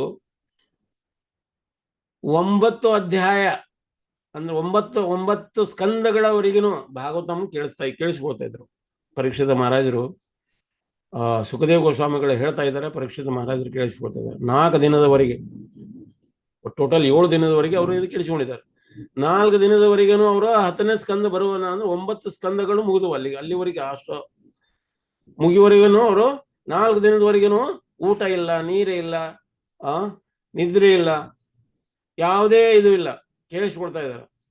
ಅದನ್ನ ಇಷ್ಟೆಲ್ಲ ಕೇಳಿಸ್ಕೊಂಡು ಆದ ಮೇಲೆ 10ನೇ ಸ್ಕಂದಕ್ಕೆ ಬಂದಾಗ ಪರಮಾತ್ಮನ ಲೀಲೆಗಳನ್ನ ಹೇಳಲಿಕ್ಕೆ ಶುರು ಮಾಡ್ತಾರ. ಹೇಳ್ತೇನೆ ನಾನೀಗ ಅಂತಂದು ಅವರು ಸುಖದೇವ ಗೋಸ್ವಾಮಿಗಳು ಹೇಳಲಿಕ್ಕತ್ತಿದಾರ. ಅವಾಗ ಪರೀಕ್ಷಿತ ಮಹಾರಾಜರು ಹೇಳ್ತಾರ, ಏನೇನ ಅವತಾರೇನ ಭಗವಾನ್ ಹರೇರ್ ಈಶ್ವರ ಕರೋತಿ ಕರ್ಣ ರಮ್ಯಾನಿ ಮನೋಜ್ಞಾನಿ ಚ ಪ್ರಭು. ಅವ್ರು ಹೇಳ್ತಾರೆ, ಪ್ರಭು ನೀವು ಏನೇನೆಲ್ಲ ಅವತಾರಗಳ ಬಗ್ಗೆ ಹೇಳಿದ್ರಿ, ಎಲ್ಲ ಬೇರೆ ಬೇರೆ ಅವತಾರಗಳನ್ನ ಹೇಳಿದ್ರಿ. ಮತ್ಸ್ಯ ಅವತಾರ, ಕೂರ್ಮ ಅವತಾರ, ವರಾಹ ಅವತಾರ, ನರಸಿಂಹ ಅವತಾರ, ರಾಮನ ಬಗ್ಗೆ ಹೇಳಿದ್ರಿ, ಇವನ್ನೆಲ್ಲ ಹೇಳಿದ್ರಿ. ಇಷ್ಟೆಲ್ಲ ಹೇಳಿದಾದ್ಮೇಲೆ ಬೇರೆ ಬೇರೆ ಎಲ್ಲ ಹೇಳಿದ ಮೇಲೆ ನೀವು ಈಶ್ವರನ ಬಗ್ಗೆ ಹೇಳಿದ್ರಿ, ಪ್ರಕೃತಿ ಬಗ್ಗೆ ಹೇಳಿದ್ರಿ, ಎಲ್ಲ ಹೇಳಿದ್ರಿ. ಆದ್ರೂ ಕೂಡ ಪರಮಾತ್ಮನ ಕತೆ ಅಂದ್ರೆ ಪರಮಾತ್ಮನ ಲೀಲೆಗಳು, ಈ ರಮ್ಯ ಲೀಲೆಗಳು ಅಂದ್ರೆ ಪರಮಾತ್ಮನ ಬಾಲ್ಯ ಲೀಲೆಗಳು, ಈ ಲೀಲೆಗಳನ್ನು ವರ್ಣನೆ ಮಾಡಬೇಕಾದಾಗ ನೀವು ಒಂದ್ ಸ್ವಲ್ಪ ಎಲಾಬ್ರೇಟ್ ಆಗಿ ವರ್ಣನೆ ಮಾಡ್ರಿ, ವಿಸ್ತಾರಿತವಾಗಿ ವರ್ಣನೆ ಮಾಡ್ರಿ, ಸ್ವಲ್ಪ ಹೇಳ್ಬೇಡ್ರಿ ಅಂತ. ಇನ್ನು ಎಲಾಂಗೇಟ್ ಮಾಡಿ ಹೇಳ್ರಿ, ಅದನ್ನ ವಿವರವಾಗಿ ಹೇಳ್ರಿ. ಅಂದ್ರ ಪರೀಕ್ಷಿತ ಮಹಾರಾಜರಿಗೆ ಕೇಳಬೇಕಾಗಿರೋ ಕೃಷ್ಣನ ಕತೆ ಕೇಳಬೇಕನ್ನುವಂಥ ಕರ್ಣಾಮೃತ ಕೇಳಿಸ್ಕೋಬೇಕು, ತೋಳ್ಬೇಕನ್ನುವಂಥದ್ದು ಎಷ್ಟೊಂದು ಆತುರತೆ. ಅದನ್ನ ನೋಡ್ರಿ, ಅವರಿಗೆ ದಣಿವೇನೇ ಇಲ್ಲ. 4 ದಿನದವರೆಗೆ ಸತತವಾಗಿ ಕೇಳಿದ್ದಾರೆ. ಇವಾಗ ಯಾವಾಗ ಕೃಷ್ಣ ಕಥಾ ಹೇಳಲಿಕ್ಕತ್ತಿದ್ರು ಅವ್ರು ಮತ್ತೇನೈತಿ ಹುರುಪಿನಿಂದ ಕುತ್ಕೊಂಡ್ರು ಅಂತ, ಹುರುಪಿನಿಂದ ಕುತ್ಕೊಂಡ್ರು. ಸುಖದೇವ ಆಶ್ರಮಗಳು ಒಳ್ಳೆ ರೀತಿ ಇದನ್ನ ವಿವರಣೆ ಮಾಡ್ತಾ ಹೋಗ್ತಾರೆ, ಹೇಳ್ತಾ ಹೋಗ್ತಾರೆ. ಒಂದು ಊರಿನಲ್ಲಿ ಹೀಗೆ ಕಥಾ ಮಾಡ್ಲಿಕ್ಕೆ ಒಬ್ರು ಸಾಧುಗಳನ್ನು ಕರೆದಿದ್ರು. ಸರಿ, ಸಾಧು ಏನ್ ಮಾಡಿದ್ರು, ಆ ಕತೆ ಟೈಮ್ ಆಗೋಕ್ಕಿಂತ ಮೊದಲ ಬಂದು ಸಭಾಂಗಣಕ್ಕೆ ಹೋಗುವಂತ ದಾರಿ ಏನಿದೆಯಲ್ಲ, ಮೊದಲ ಡೋರ್ ಇದೆಯಲ್ಲ, ಡೋರಿನ ಪಕ್ಕಕ್ಕನೆ ಒಂದು ಟೇಬಲ್ ಮೇಲ್ಗಡೆ 3 ಗೊಂಬೆಗಳನ್ನ ಇಟ್ರು. ನೋಡ್ಲಿಕ್ಕೆ 3 ಗೊಂಬೆಗಳು ಸೇಮ್ ಇದ್ವು, ಸಿಮಿಲರ್, ತ್ರಿವಳಿಗಳು. ಅವಳಿ ಅಂತ ಹೇಳ್ತೀವಲ್ಲ, ಅವಳಿ ಅಂದ್ರೆ 2, ತ್ರಿವಳಿಗಳು ಅಂದ್ರೆ 3. 3 ಗೊಂಬೆಗಳು ನೋಡ್ಲಿಕ್ಕೆ ಚಂದ ಇದಾವು, ಒಂದೇ ಕಲರ್ನಲ್ಲಿ ಇದಾವು, ಬೇರೆ ಬೇರೆ ಅದರ ಸೌಂದರ್ಯತೆ ಬಹಳ ಚಂದ ಕಾಣ್ತಾ ಇದಾವು. 3 ಒಂದೇ ರೀತಿ ಕಾಣ್ತಾ ಇದಾವು. ಒಂದು ಗೊಂಬೆಗೆ ಅಡಿಯಲ್ಲಿ ಬರೆದಿಟ್ಟಿದ್ದ, ಒಂದು ಚೀಟಿ ಬರೆದಿಟ್ಟಿದ್ದ, ಅವನೇನು ನಿಶುಲ್ಕ ಅಂತ. ನಿಶುಲ್ಕ ಅಂದ್ರೆ ಇದಕ್ಕೆ ಯಾವುದೇ ಬೆಲೆ ಇಲ್ಲ. 2ನೇ ಬೊಮ್ಮೆ ಮೇಲೆ ಬರೆದಿದ್ದು ಕೆಳಗಡೆ ಏನಂತ ಬರೆದಿರು, ಇದಕ್ಕೆ 500 ರೂಪಾಯಿ ಬೆಲೆ, ಅದ್ರದ್ದು ಬೆಲೆ. 3ನೇ ಬೊಮ್ಮೆ ಮೇಲೆ ಇದಕ್ಕೆ 2000 ರೂಪಾಯಿ ಬೆಲೆ. ಸರಿ, ಎಲ್ಲರೂ ಬರ್ತಾ ಇದ್ರು ಕ್ಲಾಸಿಗೆ ಕೇಳಿಸ್ಕೊಳ್ಲಿಕ್ಕೆ ಬರ್ಬೇಕಾದ್ರೆ, ಗೇಟ್ನಿಂದ ಒಳಗೆ ಬರ್ಬೇಕಾದ್ರೆ, ಏನು ಗೊಂಬೆ, ಓಹ್ ಚಂದದ ಗೊಂಬೆ. ಅದ್ರ ಕೆಳಗಡೆ ನೋಡ್ತಾರೆ, ಓಹ್ ಏನೋ ಬರ್ದಿದ್ದಾರೆ, ಇದು ಬೆಲೆ ಇರ್ಬೋದು. ಇದಕ್ಕೆ ಬೆಲೆ ಇಲ್ಲ, ನಿಶುಲ್ಕ, ಇದಕ್ಕೆ 500 ರೂಪಾಯಿ, ಇದಕ್ಕೆ 2000 ರೂಪಾಯಿ, ಏನಿದೆ ಅರ್ಥ? ನೋಡಿದ್ರು ಸ್ವಲ್ಪ ನೋಡಿ, ಮತ್ತೆ ಎಲ್ಲರೂ ಆ ರೀತಿ ನೋಡ್ತಾ ಕ್ಲಾಸ್ ಶುರುವಾಯ್ತು. ಅವ್ರೇನು ಪ್ರವಕ್ತ ಬಂದು ಕುತ್ಕೊಂಡ್ರು. ಎಲ್ಲರ ಮುಖದಲ್ಲಿ ಅಲ್ಲಿ 3 ಬೊಂಬೆ ಆಸ್ಪಾಸ್ನವರು ಎಲ್ಲರೂ ಮಾತಾಡ್ತಾರೆ. ಓ, ನೀವೇನ್ ಮಾತಾಡ್ತಾ ಇದ್ದೀರಿ ಅಂತ ನನ್ಗೆ ಗೊತ್ತು, ನೀವು ಆ ಗೊಂಬೆಗಳ ಬಗ್ಗೆ ಮಾತಾಡ್ತಾ ಇದ್ದೀರಲ್ಲ. ಹೌದು ಎಲ್ಲರೂ ಹೌದು. ಸರಿ, ಆ ಗೊಂಬೆಗಳನ್ನ ನಾನೇ ಇಟ್ಟಿದ್ದೀನಿ. ಹೌದಾ, ಯಾಕಿಟ್ರಿ? ಹೇಳ್ತೇನೆ. ಆ 3 ಗೊಂಬೆಗಳು, ಒಂದು ಗೊಂಬೆಗೆ ಕಿವಿಗೆ ಒಂದು ಕಡ್ಡಿ ಹಾಕಿದರೆ, ಆ ಹುಲ್ಲು ಕಡ್ಡಿಯನ್ನು ಹಾಕಿದರೆ ಹೋಗ್ತದೆ. ನಾನು ಆ ಕಿವಿ ಕಡ್ಡಿಗೆ ಹಾಕಿದರೆ ಅದು ಹೋಗ್ಲೇ ಇಲ್ಲ. ಕಿವಿ ಕಡ್ಡಿ ಹಾಕಿದಾಗ ಕಡ್ಡಿ ಮುರ್ಕೊಂಡು ಬಿತ್ತು. ಕಡ್ಡಿ ಅಂದ್ರೆ ಆ ಹುಲ್ಲಿನ ಸಬಳು. ಕಿವಿಯಲ್ಲಿ ನಾವು ಈಗ ಕಿವಿಯಲ್ಲಿ ಏನಾರು ಆಯ್ತು ಅಂತಂದ್ರೆ, ಏನಾದ್ರು ಕಡ್ಡಿ ಹಾಕಿ ನಾವು ತೆಗಿಲಿಕ್ಕೆ ಪ್ರಯತ್ನ ಮಾಡ್ತೀವಲ್ಲ, ಅವು ಒಳಗೆ ಹೋಗ್ಲಿಕ್ಕೆ ತಯಾರಿಲ್ಲ, ಅದು ಮುರ್ಕೊಂಡು ಹೋಯ್ತು. ಸರಿ, ಇನ್ನು 2ನೇದು, ಅದರಲ್ಲಿ ಕಿವಿಯಲ್ಲಿ ಆ ಕಡ್ಡಿ ಹಾಕಿದ್ರೆ, ಈ ಕಡೆಗಿದ್ದ ಕಿವಿಯಲ್ಲಿ ಕಡ್ಡಿ ಹಾಕಿದ್ರೆ ಈ ಕಡೆ ಕಿವಿಯಿಂದ ಪಾರಾಗಿ ಹೋಯ್ತು. ಸರಿ, ಅವ್ರೇನ್ ಮಾಡಿದ, ಆ ಗೊಂಬೆಗಳನ್ನು ತರಿಸಿದ್ರು, ಅದು ಪ್ರಾಕ್ಟಿಕಲ್ ಆಗಿ ಶೋ ಮಾಡ್ತಾ ಇದ್ರು, ತೋರಿಸ್ತಾ ಇದ್ರು. ನೋಡಿ, ಆ ಗೊಂಬೆಯ ಕಿವಿಯಲ್ಲಿ ಆ ಕಡ್ಡಿಯನ್ನು ಹಾಕ್ತಾ ಇದ್ದಾರೆ, ಇದರಲ್ಲಿ ಹೋಗ್ತಾ ಇಲ್ಲ, ಮುರಿದೋಯ್ತು. ಇನ್ನು 2ನೇ ಗೊಂಬೆಯ ಕಿವಿಯಲ್ಲಿ ಹಾಕಿದಾಗ ಇದು ಆರ್ಪಾರ ಆಗಿ ಬಂತು. ಇನ್ನು 3ನೇ ಗೊಂಬೆಯ ಕಿವಿಯಲ್ಲಿ ಕಡ್ಡಿ ಹಾಕಿದರೆ, 2 ಕಡೆಗಿಂದ ಕಡ್ಡಿ ಹಾಕಿದ್ರು, ಆ ಕಡ್ಡಿ ಹೊರಗೆ ಬರಲೇ ಇಲ್ಲ, ಒಳಗ ಹೋಯ್ತು ಅಂತ. ಏನಿದ್ರ ಅರ್ಥ? ಅವ್ರಿಗೆಲ್ಲ ಹಿಂಗ್ ತೋರಿಸಿದ್ರು, ಅರ್ಥ ಆಯ್ತೇ ಅಂದ್ರು. ಆ ಸಭಿಕರು, ಏನಿದ್ರ ಅರ್ಥ? ನಮ್ಗೆ ಅರ್ಥ ಆಗ್ಲಿಲ್ಲ. ಏನು ಗೊಂಬೆ ಹೇಳಿದ್ರಿ? ಆ ಗೊಂಬೆ ಕೆಳಗಡೆ ಇದನ್ನು ಬರ್ದಿದ್ದೀರಿ, ನಿಶುಲ್ಕ 500, 2000. ಈಗ ಒಂದು ಕಿವಿ ನಿಶುಲ್ಕ ಅನ್ನುವಂತ ಕಿವಿಯ ಗೊಂಬೆ ಕಿವಿಯಲ್ಲಿ ನೀವು ಕಡ್ಡಿ ತುರುಕಿದ್ರೆ ಅದು ಮುರಿದು ಹೋಯ್ತು, ಅದು ಒಳಗೆ ಹೋಗ್ಲೇ ಇಲ್ಲ. 2ನೇ ಗೊಂಬೆಯಲ್ಲಿ ನೀವು ಕಡ್ಡಿ ಹಾಕಿದ್ರೆ ಈ ಕಡ್ಡಿಯಿಂದ ಈ ಕಡೆಯಿಂದ ಈ ಕಡೆಗೆ ಪಾಸ್ಔಟ್ ಆಯ್ತು, ಹೊರಗಡೆ ಬಂತು. ಮತ್ತೆ ಇನ್ನೊಂದು 2000 ರೂಪಾಯಿ ಗೊಂಬೆಯ ಕಿವಿಯಲ್ಲಿ ನೀವು ಕಡ್ಡಿ ಹಾಕಿದ್ರೆ ಅದಕ್ಕೆ ಕಡ್ಡಿಗಳೆಲ್ಲ ಒಳಗಡೆ ಹೋಯ್ತು, ಹೊರಗೆ ಬರಲೇ ಇಲ್ಲ. ಇದರ ಅರ್ಥ, ಶ್ರೋತ್ರ ಅಂದ್ರೆ ಕೇಳಿಸಿಕೊಳ್ಳುವಂತವರು 3 ರೀತಿ ಇರ್ತಾರೆ ಅಂತ. ಈ 3 ರೀತಿ ಯಾರು ಕೇಳಿಸಿಕೊಳ್ತಾರೆ ಅಂದ್ರೆ, ಫಸ್ಟ್ನೇ ಗೊಂಬೆಯವರು ಅವ್ರ ಕಿವಿಗಳಿಗೆ ಹುಕ್ಕೊಳ್ಳೋದೇ ಇಲ್ಲ. ಎಷ್ಟೋ ಮಂದಿ ಕ್ಲಾಸಿಗೆ ಬಂದು ಕೂತ್ಕೊಳ್ತಾರೆ, ಕೇಳಿಸ್ಕೊಳ್ಲಿಕ್ಕೆ ನೋಡ್ತಾರೆ, ಅವರು ನಿದ್ರೆಗೇನೋ ಇಲ್ಲ ಪಕ್ಕದವ್ರು ಇರೋರಿಗೆ ಏನು ವಾಚ್ ಹೊಸ ತೊಗೊಂಡ್ರಿ, ಯಾವ ಕಂಪನಿ ಇದು, ಯಾವಾಗ ಖರೀದಿ ಮಾಡಿದ್ರಿ, ಇವರೆಲ್ಲ ಡಿಸ್ಕಷನ್ ಶುರು ಆಗ್ತದೆ. ಅಲ್ಲಿ ಕ್ಲಾಸ್ ನಡೆದಿರ್ತದೆ. ಈ ಕಡೆ ಪಕ್ಕದವರು ಅವ್ರ ಮಾತಾಜಿ ಉಂಗುರ ಹಾಕೊಂಡ್ಬಂದಿರ್ತಾರೆ. ಅಯ್ಯೋ ಬಂಗಾರದ ಉಂಗುರ, ವಜ್ರದನ ಇದೈತೆ ಹರಳಿದೆ, ಓ ಎಷ್ಟು ಎಷ್ಟು ಎಷ್ಟು ದುಡ್ಡು, ಯಾವ ಆಭರಣದಲ್ಲಿ ಖರೀದಿ ಮಾಡಿದ್ರಿ, ಎಷ್ಟು ತೊಲೆ ಇದೆ, ಎಷ್ಟು ಗ್ರಾಮಿಂದು, ಎಷ್ಟು ಲಕ್ಷ ಆಗಿರ್ಬೋದು, ಓ ಸಿಕ್ಕಾಪಟ್ಟೆ ನೀವು ದುಡ್ಡು ಮಾಡಿದಿರಿ ಅಂತ ನೀವು ಹಾಕೊಂಡಿರ್ಬಾರಂತ ಆಭರಣಗಳ ಬಗ್ಗೆ ನಾವು ಡಿಸ್ಕಷನ್ ಮಾಡ್ಲಿಕ್ಕೆ. ಅಲ್ಲಿ ಏನು ಪ್ರವಕ್ತ ಏನು ಹೇಳ್ತಾ ಇದ್ದಾರೆ ಅದು ನಮ್ಮ ಕಿವಿಯೊಳಗೆ ಹೋಗುದೇ ಇಲ್ಲ, ನಮ್ಮ ಕಿವಿಯಿಂದ ಹೊರಗಡೆ ಬರ್ತದೆ, ರಿಫ್ಲೆಕ್ಟ್ ಆಗಿ ಹೊರಗೆ ಬರ್ತದೆ. ಅದು ಫಸ್ಟ್ ಗೊಂಬೆಯ ವಿವರಣೆ ಅಂತ ಆ ಪ್ರವಕ್ತ ಹೇಳಿದ್ದಾರೆ. ಇನ್ನು ಎರಡನೇದು ಏನಪ್ಪ ಅಂದ್ರೆ, ಈ ಕಡೆಗಿಂದ ಕಿವಿಯಿಂದ ಈ ಕಡೆಗೆ ಹೋಗ್ತದ, ಕಿವಿ ಎಷ್ಟು ಒಳಗಡೆ ಫಾಸ್ಟ್ ಆಗಿ ಹೋಗ್ತದ ಅಷ್ಟೇ ಫಾಸ್ಟ್ ಆಗಿ ಹೊರಗೆ ಹೋಗ್ಬಿಡ್ತದೆ. ಭಕ್ತರು ಹೇಳ್ತಾರೆ, ಇಸ್ಕಾನ್ ಅಂದ್ರೆ ಈ ಕಾನ್ ನಿಂದ ಕೇಳಿ ಈ ಕಾನ್ ನಿಂದ ಬಿಡುದಂತೆ, ಇಸ್ಕಾನ್ ಅಂತ. ಇಸ್ಕಾನ್ ನಿಂದ ಕೇಳಿಬಿಟ್ಟು ಈ ಕಾನ್ ನಿಂದ ಬಿಡುದು ಇಸ್ಕಾನ್ ಅಂತ. ಅಂದ್ರೆ ಕೇಳಿ ಈ ಕಡೆ ಬಿಡಬಾರದು ಅಂತ, ಅದು ಒಳಗೆ ಹೋಗ್ಬೇಕು ಅಂತ. ಅದನ್ನ ಈ ಕಿವಿಯಿಂದ ಅದು ಪಾಸ್ಔಟ್ ಆಗಿ ಹೊರಗೆ ಹೋಯ್ತಂತಂದ್ರೆ ಏನು ಬೆಲೆ ಇಲ್ಲ ಅಂತ. ಲೋಡಿಂಗ್ ಅಂಡ್ ಅನ್ಲೋಡಿಂಗ್ ಅಂತ ಹೇಳ್ತಾರೆ. Loading and unloading. ನಾವು ಗಾಡಿ ಲೋಡ್ ಮಾಡಿದ್ವಿ ಮತ್ತೆ ಅದನ್ನ ಹೋಗಿ ಡೌನ್ಲೋಡ್ ಮಾಡಿದ್ವಿ ಅಂತ. ಲೋಡ್ ಮಾಡಿದ ಈಗ ಮಿಲಿಟರಿ ಒಳಗೆ ಮಿಲಿಟರಿ ಟ್ರೈನಿಂಗ್ ತಗೊಳ್ಳುವಂತ ಬಂದ ಏನಿರ್ತಾರಲ್ಲ, ಅವ್ರಿಗೆ ಒಂದು ಇದನ್ನ ಕೊಡ್ತಾರೆ, ಏನು ವರ್ಕ್ ಕೊಡ್ತಾರೆ. ವರ್ಕ್ ಕೊಡೋದು ಏನದ, ಗಾಡಿ ಕೊಡ್ತಾರೆ, ಗಾಡಿ ಕೊಟ್ಟು ನೀವು ತಗೊಂಡು ಹೋಗ್ರಿ, ಗಾಡಿ ಆ ಬೀಚ್ ಸೈಡಿಗೆ ಹೋಗ್ರಿ, ಬೀಚಿನಲ್ಲಿ ಮರಳನ್ನು ತುಂಬುದು, ಗಾಡಿಗೆ ಮರಳನ್ನು ತುಂಬಿದ್ರು ಬರ್ತಿ ಆಯ್ತು ಅಂತ ತಗೊಂಡೋಗಿ ಒಂದ್ ಜಾಗಕ್ಕೆ ಡೌನ್ಲೋಡ್ ಮಾಡೋದು, ಹಾಕೋದು. ಅದು ಹಾಕಿದ್ಮೇಲೆ ಮತ್ತೆ ಹೊಳ್ಳಿ ಅದನ್ನ ಗಾಡಿ ಒಳಗೆ ತುಂಬಿ ಮತ್ತೆ ಹೋಗಿ ಬೀಚಿಗೆ ಹಾಕೋದು. ಏನ್ ಲಾಭ? ಅಲ್ಲ ಅವರಿಗೆ ಎಕ್ಸರ್ಸೈಸ್ ಆಗ್ಲಿ ಅನ್ನುವಂಥದ್ದು ಉದ್ದೇಶಕ್ಕೆ ಕೊಟ್ಟಿರ್ತಾರೆ. ಅದನ್ನ ಅಕಸ್ಮಾತ್ ಅವ ಯೋಚನೆ ಮಾಡವ ಏನ್ ಮಾಡ್ತಾನೆ, ಏನ್ ಬುದ್ಧಿಗಳು ಅದಾರ ಇಲ್ಲಿ, ಇದರಿಂದ ತುಂಬಿಕೊಂಡು ಬಂದು ಇಲ್ಲಿ ಹಾಕೋದು, ಇಲ್ಲಿಂದ ತುಂಬಿಕೊಂಡು ಹೋಗಿ ಅಲ್ಲಿ ಹಾಕೋದು, ಏನಾಯ್ತು? ಇನ್ನ 2,000 ರೂಪಾಯಿ ಗೊಂಬೆದ ಬಗ್ಗೆ ಹೇಳಿಕತ್ತ, 2,000 ರೂಪಾಯಿ ಗೊಂಬೆದ ಬಗ್ಗೆ ಹೇಳಕತ್ತಾರೆ. ಅವ್ರು ಹೇಳಿದ್ರು, ಯಾವಾಗ ಆ ಗೊಂಬೆಯ ಕಿವಿಯಲ್ಲಿ ಆ ಕಡ್ಡಿ ಹಾಕ್ತಾರೆ ಅದು ಒಳಗಡೆ ಹೋಯ್ತು ಅಂದ್ರೆ ಅರ್ಥ, ನೀವು ಏನು ಪ್ರವಕ್ತ ಹೇಳ್ತಾ ಇದ್ದಾರೆ ಅದನ್ನು ಕೇಳಿಸಿಕೊಂಡು ನಿಮ್ಮ ಜೀವನದಲ್ಲಿ ಅದು ಕರ್ಮಗಳ ಮೂಲಕ ಅಥವಾ ಆ ಕ್ರಿಯೆಗಳ ಮೂಲಕ ಅದು ಹೊರಗೆ ಬರಬೇಕು. ಶ್ರವಣ ಅಂದ್ರೆ ಬರೀ ಕಿವಿಗೆ ಕೇಳಿಸಿಕೊಳ್ಳೋದು ಅಷ್ಟೇ ಶ್ರವಣ ಅಲ್ಲ. ಶ್ರವಣ ಅಂದ್ರೆ ನಿಜವಾದ ಶ್ರವಣ ಅಂದ್ರೆ ನಮ್ಮ ಜೀವನದಲ್ಲಿ ಅದು ನಡಿಬೇಕು, ಅದು ಶ್ರವಣ ಅಂತ.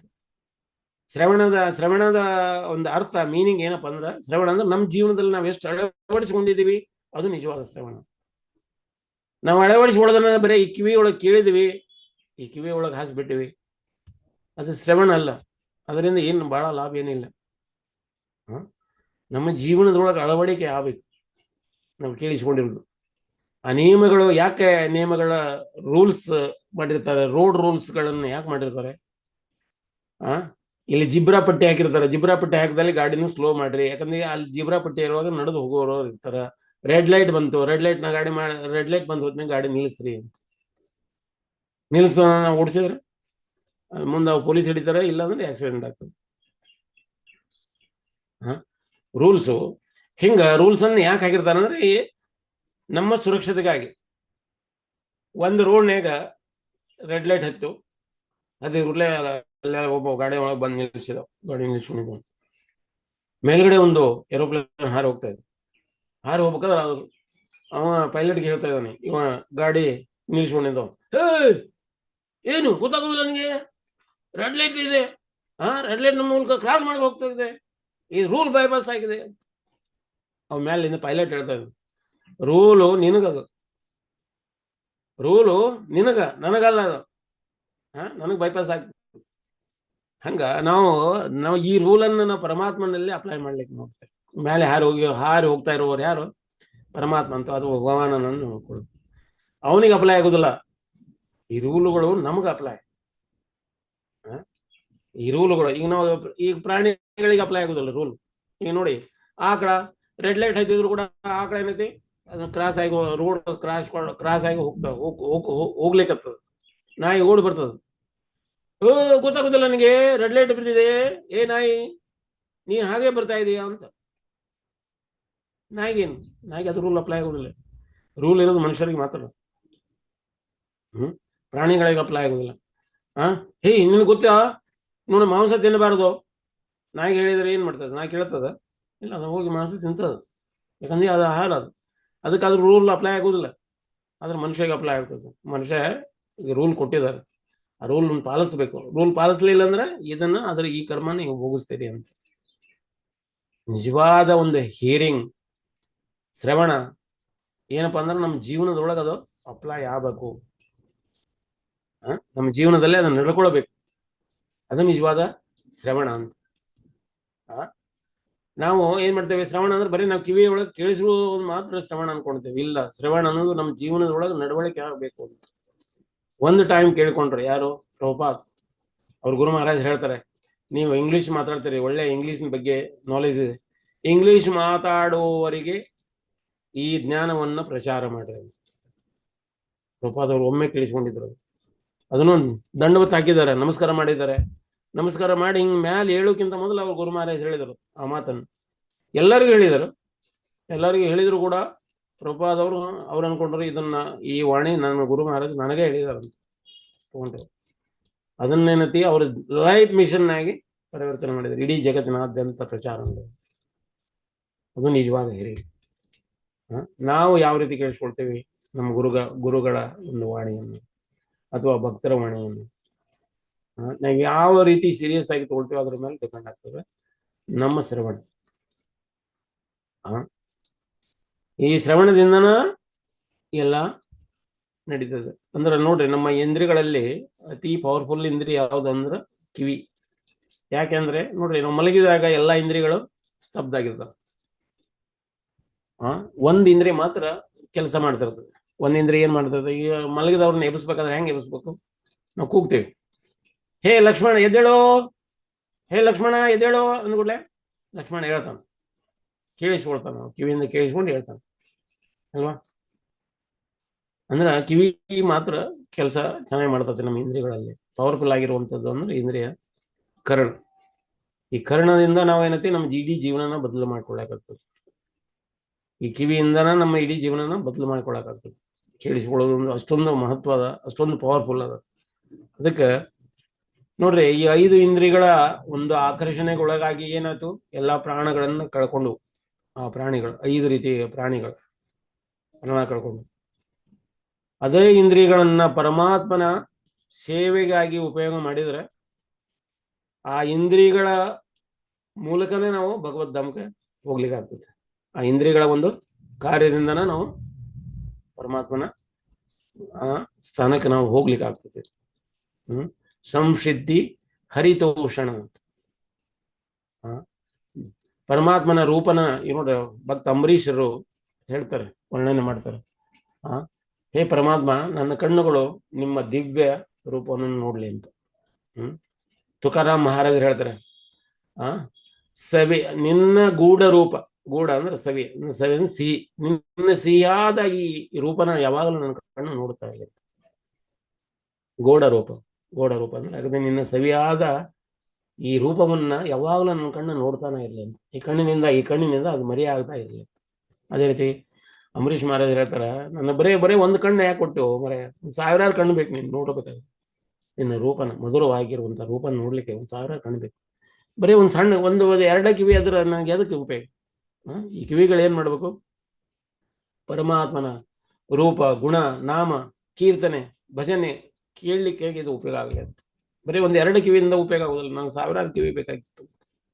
ನಾಲಿಗೆ, ನಾಲಿಗೆ ಪರಮಾತ್ಮನ ರುಚಿಯಾದಂಥ ಪ್ರಸಾದ ಗ್ರಹಣ ಮಾಡ್ಲಿಕ್ಕೆ, ಅಥವಾ ಪರಮಾತ್ಮನಿಗೆ ಅರ್ಪಣವಾಗಿರುವಂತ ತುಳಸಿ ಅದನ್ನು ತಗೊಳ್ಳಿಕ್ಕೆ, ಪರಮಾತ್ಮನ ನಾಮ ಹೇಳಲಿಕ್ಕೆ, ಕೀರ್ತನೆ ಹೇಳಲಿಕ್ಕೆ ಈ ನಾಲಿಗೆ ಒಂದು ನಾಲಿಗೆ ಸಾಲುವುದಿಲ್ಲ ಅಂತ. ಈ ಕೈಗಳು ಪರಮಾತ್ಮನ ಸೇವೆ ಮಾಡಲಿ ಅಂತ. ಈ ಕಾಲುಗಳು ಪರಮಾತ್ಮನ ಧಾಮದಲ್ಲಿ ನಡೆದಾಡ್ಲಿ ಅಂತ, ಧಾಮ ದರ್ಶನ ಮಾಡ್ಲಿ ಅಂತ. ಈ ರೀತಿ ನನ್ನ ಶರೀರ ಉಪಯೋಗ ಆಗಲಿ ಅಂತ. ಈ ರೀತಿ ನನ್ನ ಶರೀರ ಉಪಯೋಗ ಆಗಲಿ ಅಂತ. ಒಬ್ರು ಶರಣ ಹೇಳ್ತಾರೆ ಏನಂದ್ರೆ, ನನ್ನ ಕಾಲೇ ಕಂಬವಯ್ಯ, ನನ್ನ ಕಾಲು ಕಂಬಗಳು, ನನ್ನ ಶರೀರವೇ ಗುಡಿ ದೇಗುಲವಯ್ಯ, ನನ್ನ ಶಿರವೇ ಹೊನ್ನ ಕಳಸವಯ್ಯ ಅಂತ ಹೇಳ್ತಾರೆ. ಅಂದ್ರೆ ಇದು ಆ ರೀತಿ ಆಗಬೇಕು ಅಂತ. ಯಾಕಂದ್ರೆ ಈ ಶರೀರ ಪರಮಾತ್ಮ ಕೊಟ್ಟಿರೋದು, ಅವನ ಶರೀರ ಅವನ ಸೇವೆಗಾಗಿ ಉಪಯೋಗ ಆಗಬೇಕು. ಆದ್ರೆ ನಾನು ಈ ಶರೀರ ಅಂತ ಅನ್ಕೊಂಡ್ಬಿಟ್ಟಿದ್ದೀವಿ. I am this body, I am not this body. ನಾನು ಈ ಶರೀರ ಅಲ್ಲ, ಶರೀರದಲ್ಲಿ ಇರ್ಲಿಕ್ಕೆ ಬಂದಿದ್ದೀವಿ. ನಾನು ಈ ಶರೀರದಲ್ಲಿ ಇರ್ಲಿಕ್ಕೆ ಬಂದಿದ್ದೀವಿ. ನಾನು ಬಾಡಿಗೆ ಮನೆಯಲ್ಲಿ ಇರ್ಲಿಕ್ಕೆ ಬಂದಿದ್ದೀವಿ. ಬಾಡಿಗೆ ಮನೆನ ನನ್ನ ಸ್ವಂತ ಮನೆಯಲ್ಲ. ಈ ಬಾಡಿಗೆ ಮನೆಯನ್ನ ಬಿಟ್ಟು ಹೋಗ್ಬೇಕಾಗ್ತದೆ. ಅಲ್ಲಿದೆ ನಮ್ಮ ಮನೆ, ಇಲ್ಲಿ ಬಂದೆ ಸುಮ್ಮನೆ. ಪುರಂದರದಾಸರು ಹೇಳ್ತಾರೆ ಬಹಳ ಚಂದ ಕನ್ನಡದಲ್ಲಿ. ಅಲ್ಲಿದೆ ನನ್ನ ಮನೆ, ಇಲ್ಲಿ ಬಂದಿನ ಸುಮ್ಮನೆ ಬಂದಿದ್ದೇನೆ. ಇದನ್ನು ಮುಗಿಸ್ಕೊಂಡು ಇಲ್ಲಿ ವ್ಯಾಪಾರ ಮುಗಿಸ್ಕೊಂಡು ಹೊರಗೆ ಹೋಗ್ಬೇಕು. ಟಾಯ್ಲೆಟ್ ರೂಮ್ನಾಗ ಎಷ್ಟು ಅಂತ ಕುಂದಿರ್ಕೊಳ್ತೇವೆ, ಬಹಳ ಕುಂದಿರ್ಲಿಕ್ಕೆ ಆಗೋದಿಲ್ಲ. ಅಲ್ಲಿ ಕೆಲಸ ಮುಗೀತು ಅಂದ್ರೆ ಹೊರಗಡೆ ಹೋಗ್ಬೇಕು, ಬಿಟ್ಟು ಹೊರಗೆ ಹೋಗ್ಬೇಕು. ಹಂಗ ಇದು ಈ ಜಗತ್ತು ಟಾಯ್ಲೆಟ್ ರೂಮ್ ಇದ್ದಂಗೆ. ಇಲ್ಲಿಂದ ನಾವು ಕಿತ್ಕೊಂಡು ಹೋಗ್ಬೇಕು. ಹೋಗ್ಲಿಕ್ಕೆ ಹರಿನಾಮ ಮಾರ್ಗದರ್ಶನ ಮಾಡ್ತದೆ. ಹರಿನಾಮ ಒಂದ ದಿವ್ಯ ಔಷಧ. ಪ್ರಭುಪಾದರು ಹೇಳ್ತಾರೆ ಎಲ್ಲಾ ಸಮಸ್ಯೆಗಳಿಗೆ ಒಂದೇ ಪರಿಹಾರ ಹರಿನಾಮ. ನಮಗೆ ಜಪ ಮಾಡ್ಲಿಕ್ಕೆ ಇಂಟ್ರೆಸ್ಟ್ ಇಲ್ಲ, ಏನ್ ಮಾಡ್ಬೇಕು ಈ ಪ್ರಭುಪಾದ ಅಂತ ಕೇಳಿದ್ರೆ ಪ್ರಭುಪಾದ ಏನ್ ಹೇಳ್ತಾರೆ, ಜಪ ಮಾಡಿ ಅಂತ. ಅಲ್ಲ ಇಂಟ್ರೆಸ್ಟ್ ಇಲ್ಲ ನನಗೆ, ಅದು ಇಂಟ್ರೆಸ್ಟ್ ಇಲ್ಲ ಅಂದ್ರೆ ಜಪ ಮಾಡಿ. ಅಲ್ಲ ನನಗೆ ಅದು ರುಚಿ ಬರುವುದಿಲ್ಲ, ಟೇಸ್ಟ್ ಇಲ್ಲ, ಟೇಸ್ಟ್ ಬರಲಿಲ್ಲ ಅಂದ್ರು ಜಪ ಮಾಡಿ. ಜಪ ಮಾಡ್ಬೇಕಾದ್ರೆ ನಂಗೆ ನಿದ್ರೆ ಬರ್ತದೆ ಪ್ರಭುಪಾದ, ಏನ್ ಮಾಡ್ಬೇಕು, ಜಪ ಮಾಡಿ. ಎಲ್ಲದಕ್ಕೂ ಒಂದು ಔಷಧ ಜಪ ಮಾಡೋದು. ಯಾವುದೇ ಸಮಸ್ಯೆಗೂ ಕೂಡ ಹರಿನಾಮ ಒಂದೇ. ನನ್ನ ಯಾವ ರೀತಿ ಇಂಟೆನ್ಸಿವ್ಲಿ ತಗೊಳ್ಬೇಕು ಅದ್ರ ಮೇಲೆ ಡಿಪೆಂಡ್. ಈಗ ನೋಡು, ಕರು ಆಗ ತಾಯಿಯನ್ನ ಅಗಲಿದ ಕರು ಅಥವಾ ಆಕಳ ಮರಿ, ಆಕಳದ ಕರು ಏನಿರ್ತದಲ್ಲ, ಆ ತಾಯಿನ ಅಗಲಿತ್ತಂದ್ರೆ ಎಷ್ಟೊಂದು ಕೂಗ್ತಾ ಇರ್ತದ ಅದು. ಅಂಬ ಅಂಬ ಅಂಬ ಅಂಬ ಅಂಬ ಅಮ್ಮ ಅಂತ ಕೂಗ್ತದ. ಓಣಿ ಓಣಿ ಸ್ಟ್ರೀಟ್ನಲ್ಲಿ ಓಡ್ತದ, ಕರಿತದ ಅಮ್ಮನ. ಯಾವಾಗ ಅಮ್ಮ ಸಿಗ್ತಾಳ ಅದು ಅವಾಗ ಅದು ಕೂಗುದು ಕಮ್ಮಿ ಆಗ್ತದೆ. ಹೆಂಗ ಮಗು ತಾಯಿನ ಕಳ್ಕೊಂಡಿರ್ತದೆ, ಆ ಮಗು ಅಳ್ತಾನೆ ಇರ್ತದೆ. ಯಾರಾದ್ರೂ ಸಂತೈಸ್ಲಿ ಆ ಮಗುನ, ಏನು ಅದಕ್ಕೆ ಕುಡಿಲಿಕ್ಕೆ ಹಾಲು ಕೊಡ್ಲಿ ಅಥವಾ ತಿನ್ಲಿಕ್ಕೆ ಹಣ್ಣುಗಳನ್ನು ಕೊಡ್ಲಿ, ಅದು ಯಾವುದನ್ನು ಲೆಕ್ಕಿಸೋದಿಲ್ಲ. ಅದಕ್ಕೇನ್ ಬೇಕಾಗಿರ್ತದೆ, ಅದ್ರ ಅಮ್ಮ ಬೇಕಾಗಿದೆ, ಅವ್ರ ತಾಯಿ ಬೇಕಾಗಿದೆ. ಯಾವಾಗ ಅದ್ರ ತಾಯಿ ಸಿಗ್ತದೆ ಅವಾಗ ಅದು ಸಂತುಷ್ಟ ಆಗ್ತದೆ. ಪ್ರಭುಪಾದ ಅವ್ರು ಹೇಳ್ತಾರೆ, ತೊಡೆಯಿಂದ ತೊಡೆಗೆ ಮಗು ಟ್ರಾನ್ಸ್ಫರ್ ಆಗ್ತಾನೆ ಇರ್ತದೆ. ಯಾವಾಗ ತಾಯಿಯೇ ತೊಡೆಗೆ ಬರ್ತದೆ, ತಾಯಿಯೇ ಮಡಿಲಿಕ್ಕೆ ಬರ್ತದೆ, ಅವಾಗ ಮಗು ಸಮಾಧಾನ ಆಗ್ತದೆ. ಹಂಗ ನಾವು ಇಲ್ಲೆಲ್ಲ ಯಾಕೆ ಹೇಳ್ತಾ ಇದ್ದೀವಿ, ಪ್ರತಿಯೊಬ್ಬರು ದುಃಖದಲ್ಲಿದ್ದೀವಿ, ಪ್ರತಿಯೊಬ್ಬರಲ್ಲಿನೂ ಕಷ್ಟಗಳದು, ಅನೇಕ ಕಷ್ಟಗಳಿಂದ ನಾವು ಜೀವನ ಮಾಡ್ತಾ ಇದೀವಿ. ನೋಡ್ಲಿಕ್ಕೆ ಅಷ್ಟೇ ಮೇಲೆ ಹುಳ್ಳಗ ಬೆಳ್ಳಗ ಇದೆ, ಇವ್ರ ಬಹಳ ಸಂತೋಷವಾಗಿದ್ದಾರೆ, ಆನಂದವಾಗಿದ್ದಾರೆ, ಮನೆ ದೊಡ್ಡದ, ಬಂಗ್ಲೋ ಇದೆ, ಕಾರ್ ಇದೆ, ಒಳ್ಳೆ ನೌಕರಿ ಮಾಡ್ತಾ ಇದ್ದಾರೆ, ಒಳ್ಳೆ ಮಕ್ಕಳಿದ್ದಾರೆ, ಸುಂದರವಾದ ಮಕ್ಕಳು ಅದಾರ, ಸುಂದರವಾದ ಹೆಂಡತಿ ಇದ್ದಾರೆ, ಅವ್ರು ಬಹಳ ಖುಷಿಯಿಂದ ಇರ್ಬೋದು. ಇಲ್ಲ, ಒಳಗೆ ಹೋಗಿ ನೀವು ಅವ್ರನ್ನ ಆರಾಮ್ ಕಿಲಿ ಮಾತಾಡ್ಸಿ, ನೀವು ಹೇಗೆ ಆರಾಮಿದ್ದಾರೆ ಅಂತ. ಇಲ್ಲ ರೀ, ಅದು ಒಂದು ದೊಡ್ಡ ಸಮಸ್ಯೆ ನಮಗೆ ಶುಗರ್ ಜಾಸ್ತಿ ಆಗಿದೆ, ನನ್ನ ಕಿಡ್ನಿ ಫೇಲ್ ಆಗಿದೆ, ನಂದು ಅದು ಪ್ರಾಬ್ಲಮ್, ಇದು ಪ್ರಾಬ್ಲಮ್. ಒಂದಿಲ್ಲ ಒಂದೇ ರೀತಿಯೊಳಗೆ ದುಃಖದೊಳಗೆ ನಾವು ಬೇಯ್ತಾ ಇದ್ದೇವೆ. ಯಾವಾಗ ದುಃಖದಿಂದ ಬೇಯ್ತಾ ಇದ್ದೀವಿ, ಅಳ್ತಾ ಇದ್ದೀವಿ, ದುಃಖದಲ್ಲಿ ಅಳ್ತಾ ಇದ್ದೀವಿ, ಆ ಮಗುವಿನ ರೀತಿಯೊಳಗೆ ನಾವು ಒಂದು ತಾಯಿಯ ತೊಡೆಯಿಂದ ಇನ್ನೊಂದು ತಾಯಿಯ ತೊಡೆಗೆ ಟ್ರಾನ್ಸ್ಫರ್ ಆಗ್ತಾ ಹೋಗ್ತಾ ಇದೆ. ಯಾವಾಗ ನಮ್ಗೆ ಒರಿಜಿನಲ್ ತಂದೆ ತಾಯಿಗಳ ತೊಡೆಗೆ ನಾವು ಬರ್ತೀವಿ, ಮಡಿಲಕ್ಕೆ ಬರ್ತೇವೆ, ಆವಾಗ ನಮ್ಮ ಅಳು ನಿಲ್ತದೆ. ಅಳು ನಿಲ್ಲಕ್ಕೆ ಏನು ಸೊಲ್ಯೂಷನ್, ಏನು ಔಷಧ, ದಿವ್ಯ ಔಷಧ, ಹರಿನಾಮ, ಶ್ರವಣನ ದಿವ್ಯ ಔಷಧ. ಇದನ್ನ ಪ್ರಭುಪಾದವರು ಮಾಡಿ ತೋರಿಸಿದ್ದಾರೆ. ನಮ್ಮ ಗುರು ಮಹಾರಾಜರು ಮಾಡ್ತಾ ಇದ್ದಾರೆ. ಅನೇಕ ಭಕ್ತರು ತಮ್ಮ ಜೀವನದಲ್ಲಿ ಅದನ್ನ ಮಾಡಿ ತೋರಿಸ್ತಾ ಇದ್ದಾರೆ. ಈ ರೀತಿ ನಡೀತಾ ಇದೆ. ಈಗ ರೀಸೆಂಟ್ಲಿ ಹೋಗಿರುವಂತ ಏಕಾದಶಿಯ ಟೈಮ್ನಲ್ಲಿ ಇಂದೋರ್ನಲ್ಲಿ ನಡೆದಿರುವಂತ ಘಟನೆ ಇದು. ಇಂದೋರಿನ ಒಂದು ಮಂದಿರದಲ್ಲಿ ಇಸ್ಕಾನ್ ಮಂದಿರದಲ್ಲಿ ರಾತ್ರಿ ಎಲ್ಲ ಕೀರ್ತನೆ ನಡೀತಾ ಇತ್ತು.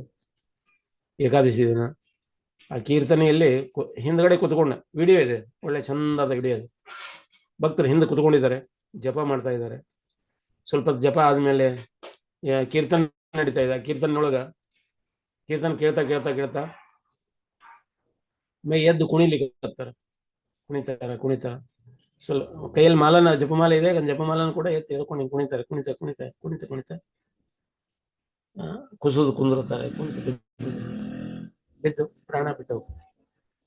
ಆ ಮಂದಿರದವರು ಎಲ್ಲರೂ ಬಂದು ನೋಡ್ತಾರೆ, ಭಕ್ತರೆಲ್ಲ ಬಂದು ಅವ್ರಿಗೆ ಒಳ್ಳೆ ರೀತಿ ಅಂತಿಮ ಸಂಸ್ಕಾರಗಳನ್ನ ಮಾಡಿ ಹೇಳ್ತಾರೆ ಅವ್ರು ಭಗವದ್ ಧಾಮಕ್ಕೆ ಹೋದ್ರು ಅಂತ. ಹರಿನಾಮ ಮಾಡ್ತಾ ಮಾಡ್ತಾ ಮಾಡ್ತಾ ಶರೀರ ಬಿಟ್ಟರು. ಇಂಥ ಒಂದು ಜೀವನ ನಮ್ಮದು ಕೂಡ ಆಗ್ಬೇಕು ಅಂತ ಪರಮಾತ್ಮ ಎಷ್ಟೊಂದು ಆದಾನ ಪ್ರದಾನ ಮಾಡ್ತಾರೆ ಅನ್ನೋದಕ್ಕೆ ಇದು ಕೂಡ ಒಂದು ಉದಾಹರಣೆ. ಇನ್ನೊಂದು, ಆಲ್ರೆಡಿ ಟೈಮ್ ಆಯ್ತು, ನಾವು ಇಲ್ಲಿಗೆ ಮುಗಿಸೋಣ. ಇಲ್ಲ ಅಂದ್ರೆ ಏನಾಗ್ತದೆ ಗೊತ್ತಾ,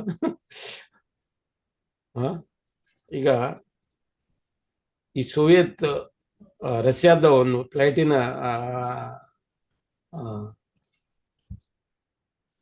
ಈಗ ಏರೋಪ್ಲೇನ್ಸ್ ನಡೆಸುವಂತ ಕಂಪನಿ ಏನಿರ್ತದಲ್ಲ, ಏರೋಪ್ಲೇನ್ಸ್ ನಡೆಸುವಂತ ಕಂಪನಿ ಅವರು ಒಬ್ರು ಭಕ್ತರು ಕೂತಿದ್ರು. ಅದರಲ್ಲಿ ಅವರು ಪೈಲಟ್ ಅನೌನ್ಸ್ ಮಾಡಿದ್ರು, ಫ್ಲೈಟ್ ಮೇಲೆ ಏರಲಿಕ್ಕೆ ನಾವು ಗ್ಯಾರಂಟಿ ಕೊಡ್ತೇವೆ ನಮ್ಮ ಫ್ಲೈಟ್ ಈಗ ಮೇಲೆ ಹಾರ್ತಾ ಇದೆ ಅಂತ. ಒಳ ಕುಂತಿರುವಂತ ಭಕ್ತರಿಗೆ ಯೋಚನೆ ಮಾಡ್ಲಿಕ್ಕೆ, ಮೇಲೆ ಹರಿದಕ್ಕೆ ಗ್ಯಾರಂಟಿ ಕೊಡ್ತೇವೆ, ಕೆಳಗೆ ಇಳಿದಕ್ಕೆ ಯಾವಾಗ ಗ್ಯಾರಂಟಿ ಏನಿಲ್ಲ ಅಂತ. ಮೇಲೆ ಫ್ಲೈಟ್ ಮೇಲೆ ಏರ್ಲಿಕ್ಕೆ ಅದು ಗ್ಯಾರಂಟಿ, ಇಳಿದು ಗ್ಯಾರಂಟಿ ಇಲ್ಲ. ಗೊತ್ತಿಲ್ಲ, ಫ್ಲೈಟ್ ಪೈಲಟ್ ಅನೌನ್ಸ್ಮೆಂಟ್ ಮಾಡ್ಲಿಲ್ಲ ಆ ರೀತಿ. ಹಂಗ ನಾವು ಕ್ಲಾಸ್ ಶುರು ಮಾಡ್ಬೇಕಾದ್ರೆ ಅಷ್ಟೇ ಟೈಮ್ ನಮ್ಗೆ ಗೊತ್ತಿರ್ತದೆ, ಕ್ಲಾಸ್ ಮುಗಿಸ್ಬೇಕಾದ್ರೆ ಟೈಮ್ ನೋಡೋದೇ ಇಲ್ಲ. ಅದಕ್ಕೆ ಗಡಿಯಾರನ ಯಾವಾಗ ಪ್ರವಕ್ತ ಇರ್ತಾರಲ್ಲ, ಗಡಿಯಾರನ ಅವ್ರ ಮುಂದೆ ಇಟ್ಟಿರ್ತಾರ. ಯಾರು ಕೇಳಿಸ್ಕೊಳ್ತಿರ್ತಾರಲ್ಲ, ಗಡಿಯಾರ ಕೇಳಿಸ್ಕೊಳ್ಳೋರು ಇರ್ತಾರಲ್ಲ, ಅವ್ರ ಹಿಂದೆ ಇರ್ತದೆ ಗಡಿಯಾರ. ಅಂದ್ರೆ ಗಡಿಯಾರ ನೀವು ನೋಡ್ತಾ ಇರ್ಬೇಡ್ರಿ ಅಂತ. ಕೇಳಿಸ್ಕೊಳ್ಳೋರು ನೋಡ್ಬಾರ್ದು, ಹೇಳೋರು ನೋಡ್ಬೇಕಂತ ಗಡಿಯಾರನಂತ. ಕೇಳಿಸ್ಕೊಳ್ಳೋರು ಗಡಿಯಾರ ನೋಡಾಕತ್ತಿದ್ರೆ ಏನಾಗ್ತದೆ ಅಂದ್ರೆ ಕೇಳಿಸ್ಕೊಳ್ಳೋದ್ರಲ್ಲಿ ಇಂಟ್ರೆಸ್ಟ್ ಇಲ್ಲ ಅಂತ. ಅದಕ್ಕೆ ಒಬ್ಬ ಪ್ರವಕ್ತ ಹೇಳ್ತಾ ಇದ್ದಾನ, ಅನೇಕ ಚಿಟಿ ಕಳಿಸಿದ್ರು, ಲವ್ ಲೆಟರ್ ಕೊಟ್ರು, ಮುಗಿಸು ಮರ ಜಲ್ದಿ ಮುಗಿಸು ಅಂತ. ಅವನೇನಂತೆ ಆ ಚಿಟಿ ನೋಡಿದ ಕೆಳಗಿಟ್ಟ. ಅಲ್ಲ, ಯಾಕೆ ನೀ ಚಿಟಿ ನೋಡಿದ್ರು ಕ್ಲಾಸ್ ಮುಗಿಸ್ತಾ ಇಲ್ಲ ಅಂತ. ಅದಕ್ಕೆ ಅವ್ನು ಹೇಳಿದ, ಅಲ್ಲ ಮುಂದೆ ಗಡಿಯಾರನ್ನ ಹಾಕಿಲ್ಲ ನೀವು, ಗಡಿಯಾರ ನಮ್ಗೆ ಟೈಮಿಗೆ ಹೋಗಿದ್ದು ಗೊತ್ತಾಗೋದಿಲ್ಲ. ಹೌದಾ, ಗಡಿಯಾರ ಇಲ್ಲ ಮಾರಾಯ, ಅಲ್ಲೇ ಕ್ಯಾಲೆಂಡರ್ ಹಾಕಿವಿ ನೋಡಂದ. ಗಡಿಯಾರ ಹಾಕಿಲ್ಲ, ಕ್ಯಾಲೆಂಡರ್ ಹಾಕಿದೀವಿ. ನೀನು ಕ್ಲಾಸ್ ಮಾಡ್ತಾ ಮಾಡ್ತಾ ಒಂದು ದಿನ ಮುಗಿದು ಹೋಗಿದೆ, ಕ್ಯಾಲೆಂಡರ್ ಒಂದ್ ದಿನ ಬದಲಾಗಿದೆ ನೋಡಲ್ಲಿ. ಹಂಗ ಒಂದ್ ಸೂರಜ ಹೇಳಿಕ್ ಶುರು ಮಾಡಿದ್ರಂದ್ರೆ ಮುಗಿಸು ಕಷ್ಟ ಆಗ್ತದೆ.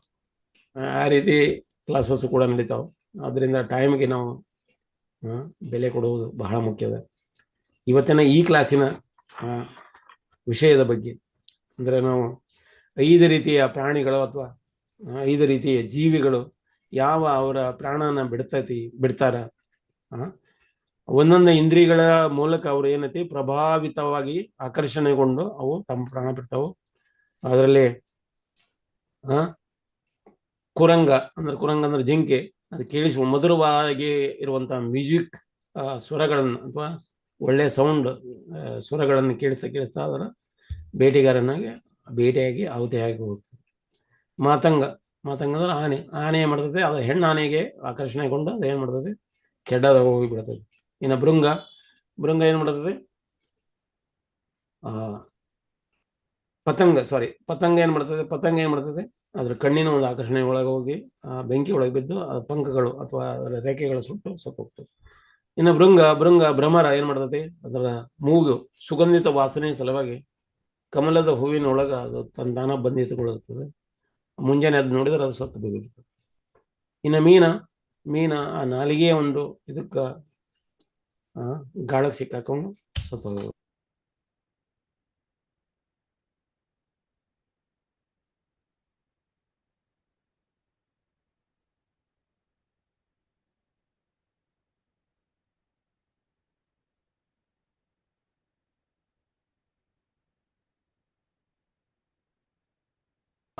ಆದ್ರೆ ಹರಿನಾಮ ಯಾವನ್ ಮಾಡ್ಲಿಕ್ಕೆ ಈ ಇಂದ್ರಿಯಗಳ ಮೂಲಕ ಪರಮಾತ್ಮನ ಇಂದ್ರಿಯಗಳ ಒಂದು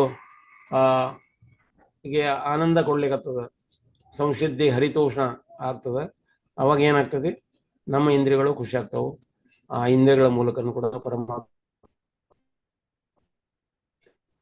ಸೇವೆಯಿಂದ ಪರಮಾತ್ಮನ ಶ್ರವಣ ಮಾಡುವುದರಿಂದ ನಾವು ನಮ್ಮ ಈ ಬದ್ಧ ಅವಸ್ಥೆಯಿಂದ, ಕಂಡೀಷನ್ ಲೈಫ್ನಿಂದ ನಾವು ಮುಕ್ತ ಆಗ್ತೇವೆ. ಇಲ್ಲಾಂದ್ರೆ ಬೇರೆ ಮಾರ್ಗಗಳಿಲ್ಲ. ಹರಿರ್ನಾಮ ಹರಿರ್ನಾಮ ಹರಿರ್ನಾಮ ಇವ ಕೇವಲ ಕಲವು ನಾಸ್ತೆ ವನಾಸ್ತೆ ವನಾಸ್ತೆ ಗತಿರ.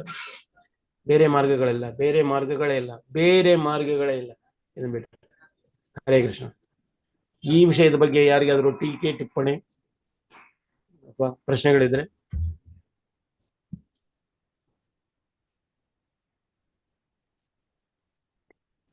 ಹರೇ ಕೃಷ್ಣ ಪ್ರಭುಜಿ. ಹರೇ ಕೃಷ್ಣ. ಅದೇ ಅದು ಕೀರ್ತನ ಕೇಳ್ತಾ ನಿಂತು ಅವ್ರು ಕುಣಿಲಿಕ್ ಶುರು ಮಾಡಾನೆ ಕೆಳಗ್ ಬಿದ್ಬಿಟ್ಟ. ಆ ವಿಡಿಯೋ ಹಾಕಿದ್ರು ಇಲ್ಲಿ ನಮ್ ಗ್ರೂಪ್ ನಲ್ಲಿ. ಹೌದಾ, ನಿಮಗೆ ತೋರಿಸಿದಾರ? ಹೌದು ಹೌದು ಹೌದು, ನೋಡಿದ್ವಿ ಅದು. ಹಾ. ಅವ್ರು ಬಿದ್ದು ತೀರ್ಕೊಂಡೇ ಬಿಡ್ತು. ಎಲ್ಲ ಎದ್ದು ನೋಡೋದ್ರಾಗ ಹಾರ್ಟ್ ಅಟ್ಯಾಕ್ ಬಂದಿತ್ತ ಏನೋ, ತೀರ್ಕೊಂಡೇ ಬಿಟ್ರು ಅಂತ ತೋರಿಸಿದ್ರು. ನಮಗ ನೋಡಿ, ಅನ್ಕೊಂಡ್ವಿ ಕೀರ್ತನ ಮಾಡ್ತಾ ಮಾಡ್ತಾನೆ ಹೋದ್ರಂತಂದ್ರೆ ಎಷ್ಟು ಪುಣ್ಯ ಮಾಡಿರ್ಬೇಕು ಅವ್ರು. ಪುಣ್ಯನೇ ಕರೆಕ್ಟ್.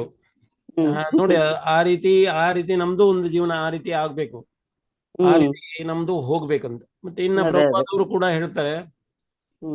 ಕೂಡ ಹೇಳ್ತಾರೆ, ಹರಿನಾಮ ಮಾಡ್ತಾ ಮಾಡ್ತಾ ಮಾಡ್ತಾ ನಾವು ಬಿಟ್ಟು ಹೋಗ್ಬೇಕು ನಾವು ಶರೀರನ. ಹರಿನಾಮ ಮಾಡ್ಬೇಕಾದ್ರೆ ಭಕ್ತರ ಒಂದು ಗ್ರೂಪ್ ನಲ್ಲಿ ಇದ್ರೆ ಒಳ್ಳೇದು, ಯಾಕಂದ್ರೆ ಭಕ್ತರು ನಮ್ಮನ್ನ ನೆನಪು ಮಾಡ್ತಾರೆ. ಯಾವಾಗ್ಲೂ ಹೌದು. ಇನ್ನ ನಿಸರ್ಗ ನಿಯಮಗಳ ಅಂತ ಪ್ರಭುಪಾದರ ಒಂದು ಬುಕ್ ನಲ್ಲಿ ಹೇಳ್ತಾರೆ. ಆ ನಿಸರ್ಗ ನಿಯಮದಲ್ಲಿ, ಲಾಸ್ ಆಫ್ ನೇಚರ್ ಬುಕ್ ನಲ್ಲಿ, ನಾವು ಈ ರೀತಿ ಶರೀರ ಬಿಡಬೇಕು, ನಮ್ಮ ಫ್ಯಾಮಿಲಿಯಿಂದ ದೂರ ಆಗಿ, ಅಂದ್ರೆ ನಮ್ಮ ಫ್ಯಾಮಿಲಿಯವರು ಯಾರು ಇರಬಾರ್ದು ಅಂತ ಗೊತ್ತಿರಬಾರ್ದು, ಆ ರೀತಿ ನಾವು ಶರೀರ ಬಿಡಬೇಕಂತ.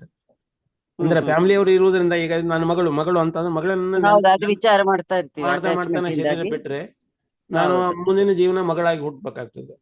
ಹೌದು ಕರೆಕ್ಟ್. ಆ ಉದ್ದೇಶದಲ್ಲಿ ಹಾಗೆ. ಹೌದು, ತುಂಬಾ ಸರಿಯಾಗಿ ಪ್ರಭುಜಿ. ಅವರು ಕೂಡ್ಲೆ ಪ್ರಾಣ ಬಿಡ್ಲಿಲ್ಲ ಅಂತೆ ಪ್ರಭುಜಿ. ಡೆಲ್ಲಿಯಲ್ಲಿ ಅಡ್ಮಿಟ್ ಮಾಡಿದ್ರಂತೆ, ಆಮೇಲೆ ಅವರನ್ನು ವೃಂದಾವನಕ್ಕೆ ತಂದ್ರಂತೆ. ವೃಂದಾವನಕ್ಕೆ ಅಲ್ಲಿ ತಂದು ಅಲ್ಲಿ 16 ಸುತ್ತು ಡಾಕ್ಟರ್ ಇದ್ರು, ಆಕ್ಸಿಜನ್ ಎಲ್ಲ ಇತ್ತು. ಹಾಗೆ 16 ಸುತ್ತು ತಂದ್ರಂತೆ ಕೃಷ್ಣ ಬಲರಾಮ ಟೆಂಪಲ್ ಗೆ. ಆಮೇಲೆ ಅವರು ಅಲ್ಲಿಯೇ ಟೆಂಪಲ್ ಅಲ್ಲೇ ಪ್ರಾಣ ಬಿಟ್ಟಿದ್ದಾರೆ. ಎಲ್ಲ ಭಕ್ತರ ಕೀರ್ತನೆ ಮಧ್ಯದಲ್ಲಿ, ಸಾವಿರಾರು ಭಕ್ತರ. ನೋಡಿ ನಾವು ಅವಾಗ ಬಿಟ್ರು ಅಂತ ಅನ್ಕೊಂಡ್ವಿ.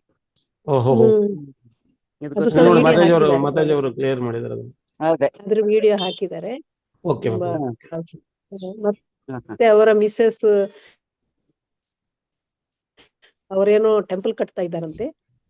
ಅದು ಅರ್ಧ ಆಗಿದೆ ಅಂತೆ, ಅದಿನ್ ಕಂಪ್ಲೀಟ್ ಆಗ್ಬೇಕು ಅಂತೆಲ್ಲ ಹೇಳ್ತಾ ಇದ್ರು. ನೀವೆಲ್ಲ ಸಹಾಯ ಮಾಡಿ ಅಂತ ಹೇಳ್ತಾ ಇದ್ರು. ಮತ್ತೆ ಆಶ್ರಮ ಇದೆ ಅಂತೆ ಅವರದೊಂದು, ಇಲ್ಲಿ ವೃಂದಾವನದಲ್ಲಿ ಆ ಪ್ರೇಮ ಮಂದಿರದ ಹತ್ರ ಉಂಟಂತೆ. ವೃದ್ಧರಾದ್ರೆ ಈ ಭಕ್ತರು ಅವರಲ್ಲಿ ಆಶ್ರಮ ಅವರಿಗೆ ಮಾಡಿದಾರಂತೆ ಪ್ರಭುಜಿ. ಅದೆಲ್ಲ ಹೇಳ್ತಾ ಇದ್ರು ಅವರ ಮಿಸಸ್. ಅವ್ರು ಭಾಷಣ ಮಾಡ್ತಾ ಇದ್ರು, ನಾನು ಅಳಬಾರ್ದು ಆದ್ರೂ ಸಹ ಕಣ್ಣೀರ್ ಬಂತು ಅಂತ ಹೇಳಿದ್ರು. ಪ್ರಭುಪಾದ್ರ ಡೈರೆಕ್ಟ್ ಶಿಷ್ಯರಂತೆಲ್ಲ ಪ್ರಭುಜಿ ಅವರು. ಇಂಜಿನಿಯರ್ ಆಗಿದ್ರಂತೆ ಅವರು ಅಲ್ಲಿ ಅಮೆರಿಕದಲ್ಲಿ. ಅವರದು ಕೇಳಿ ಅಲ್ಲಿ ಅವರು ವೃತ್ತಿ ಬಿಟ್ಟು ಅವರ ಭಕ್ತರಾದದ್ದು. ಥ್ಯಾಂಕ್ ಯು ಮಾತಾಜಿ, ನೀವು ಒಳ್ಳೆ ವಿಷಯ ನಮ್ಗೆ ಕೇಳಿಸಿದ್ರಿ. ತುಡ್ಸ್ಕೊಂತ ಹೋಗದ ಈ ರೂಮ್ ತುಡ್ಸ್ಕೋ, ನೀನ್ ಸ್ನಾನ ಹರೇ ಕೃಷ್ಣ. ಎಲ್ಲರಿಗೂ ಮತ್ತೊಮ್ಮೆ ಧನ್ಯವಾದಗಳೊಂದಿಗೆ ಈ ಧನ್ಯವಾದಗಳು ಪ್ರಭುಜಿ. ಹರೇ ಕೃಷ್ಣ.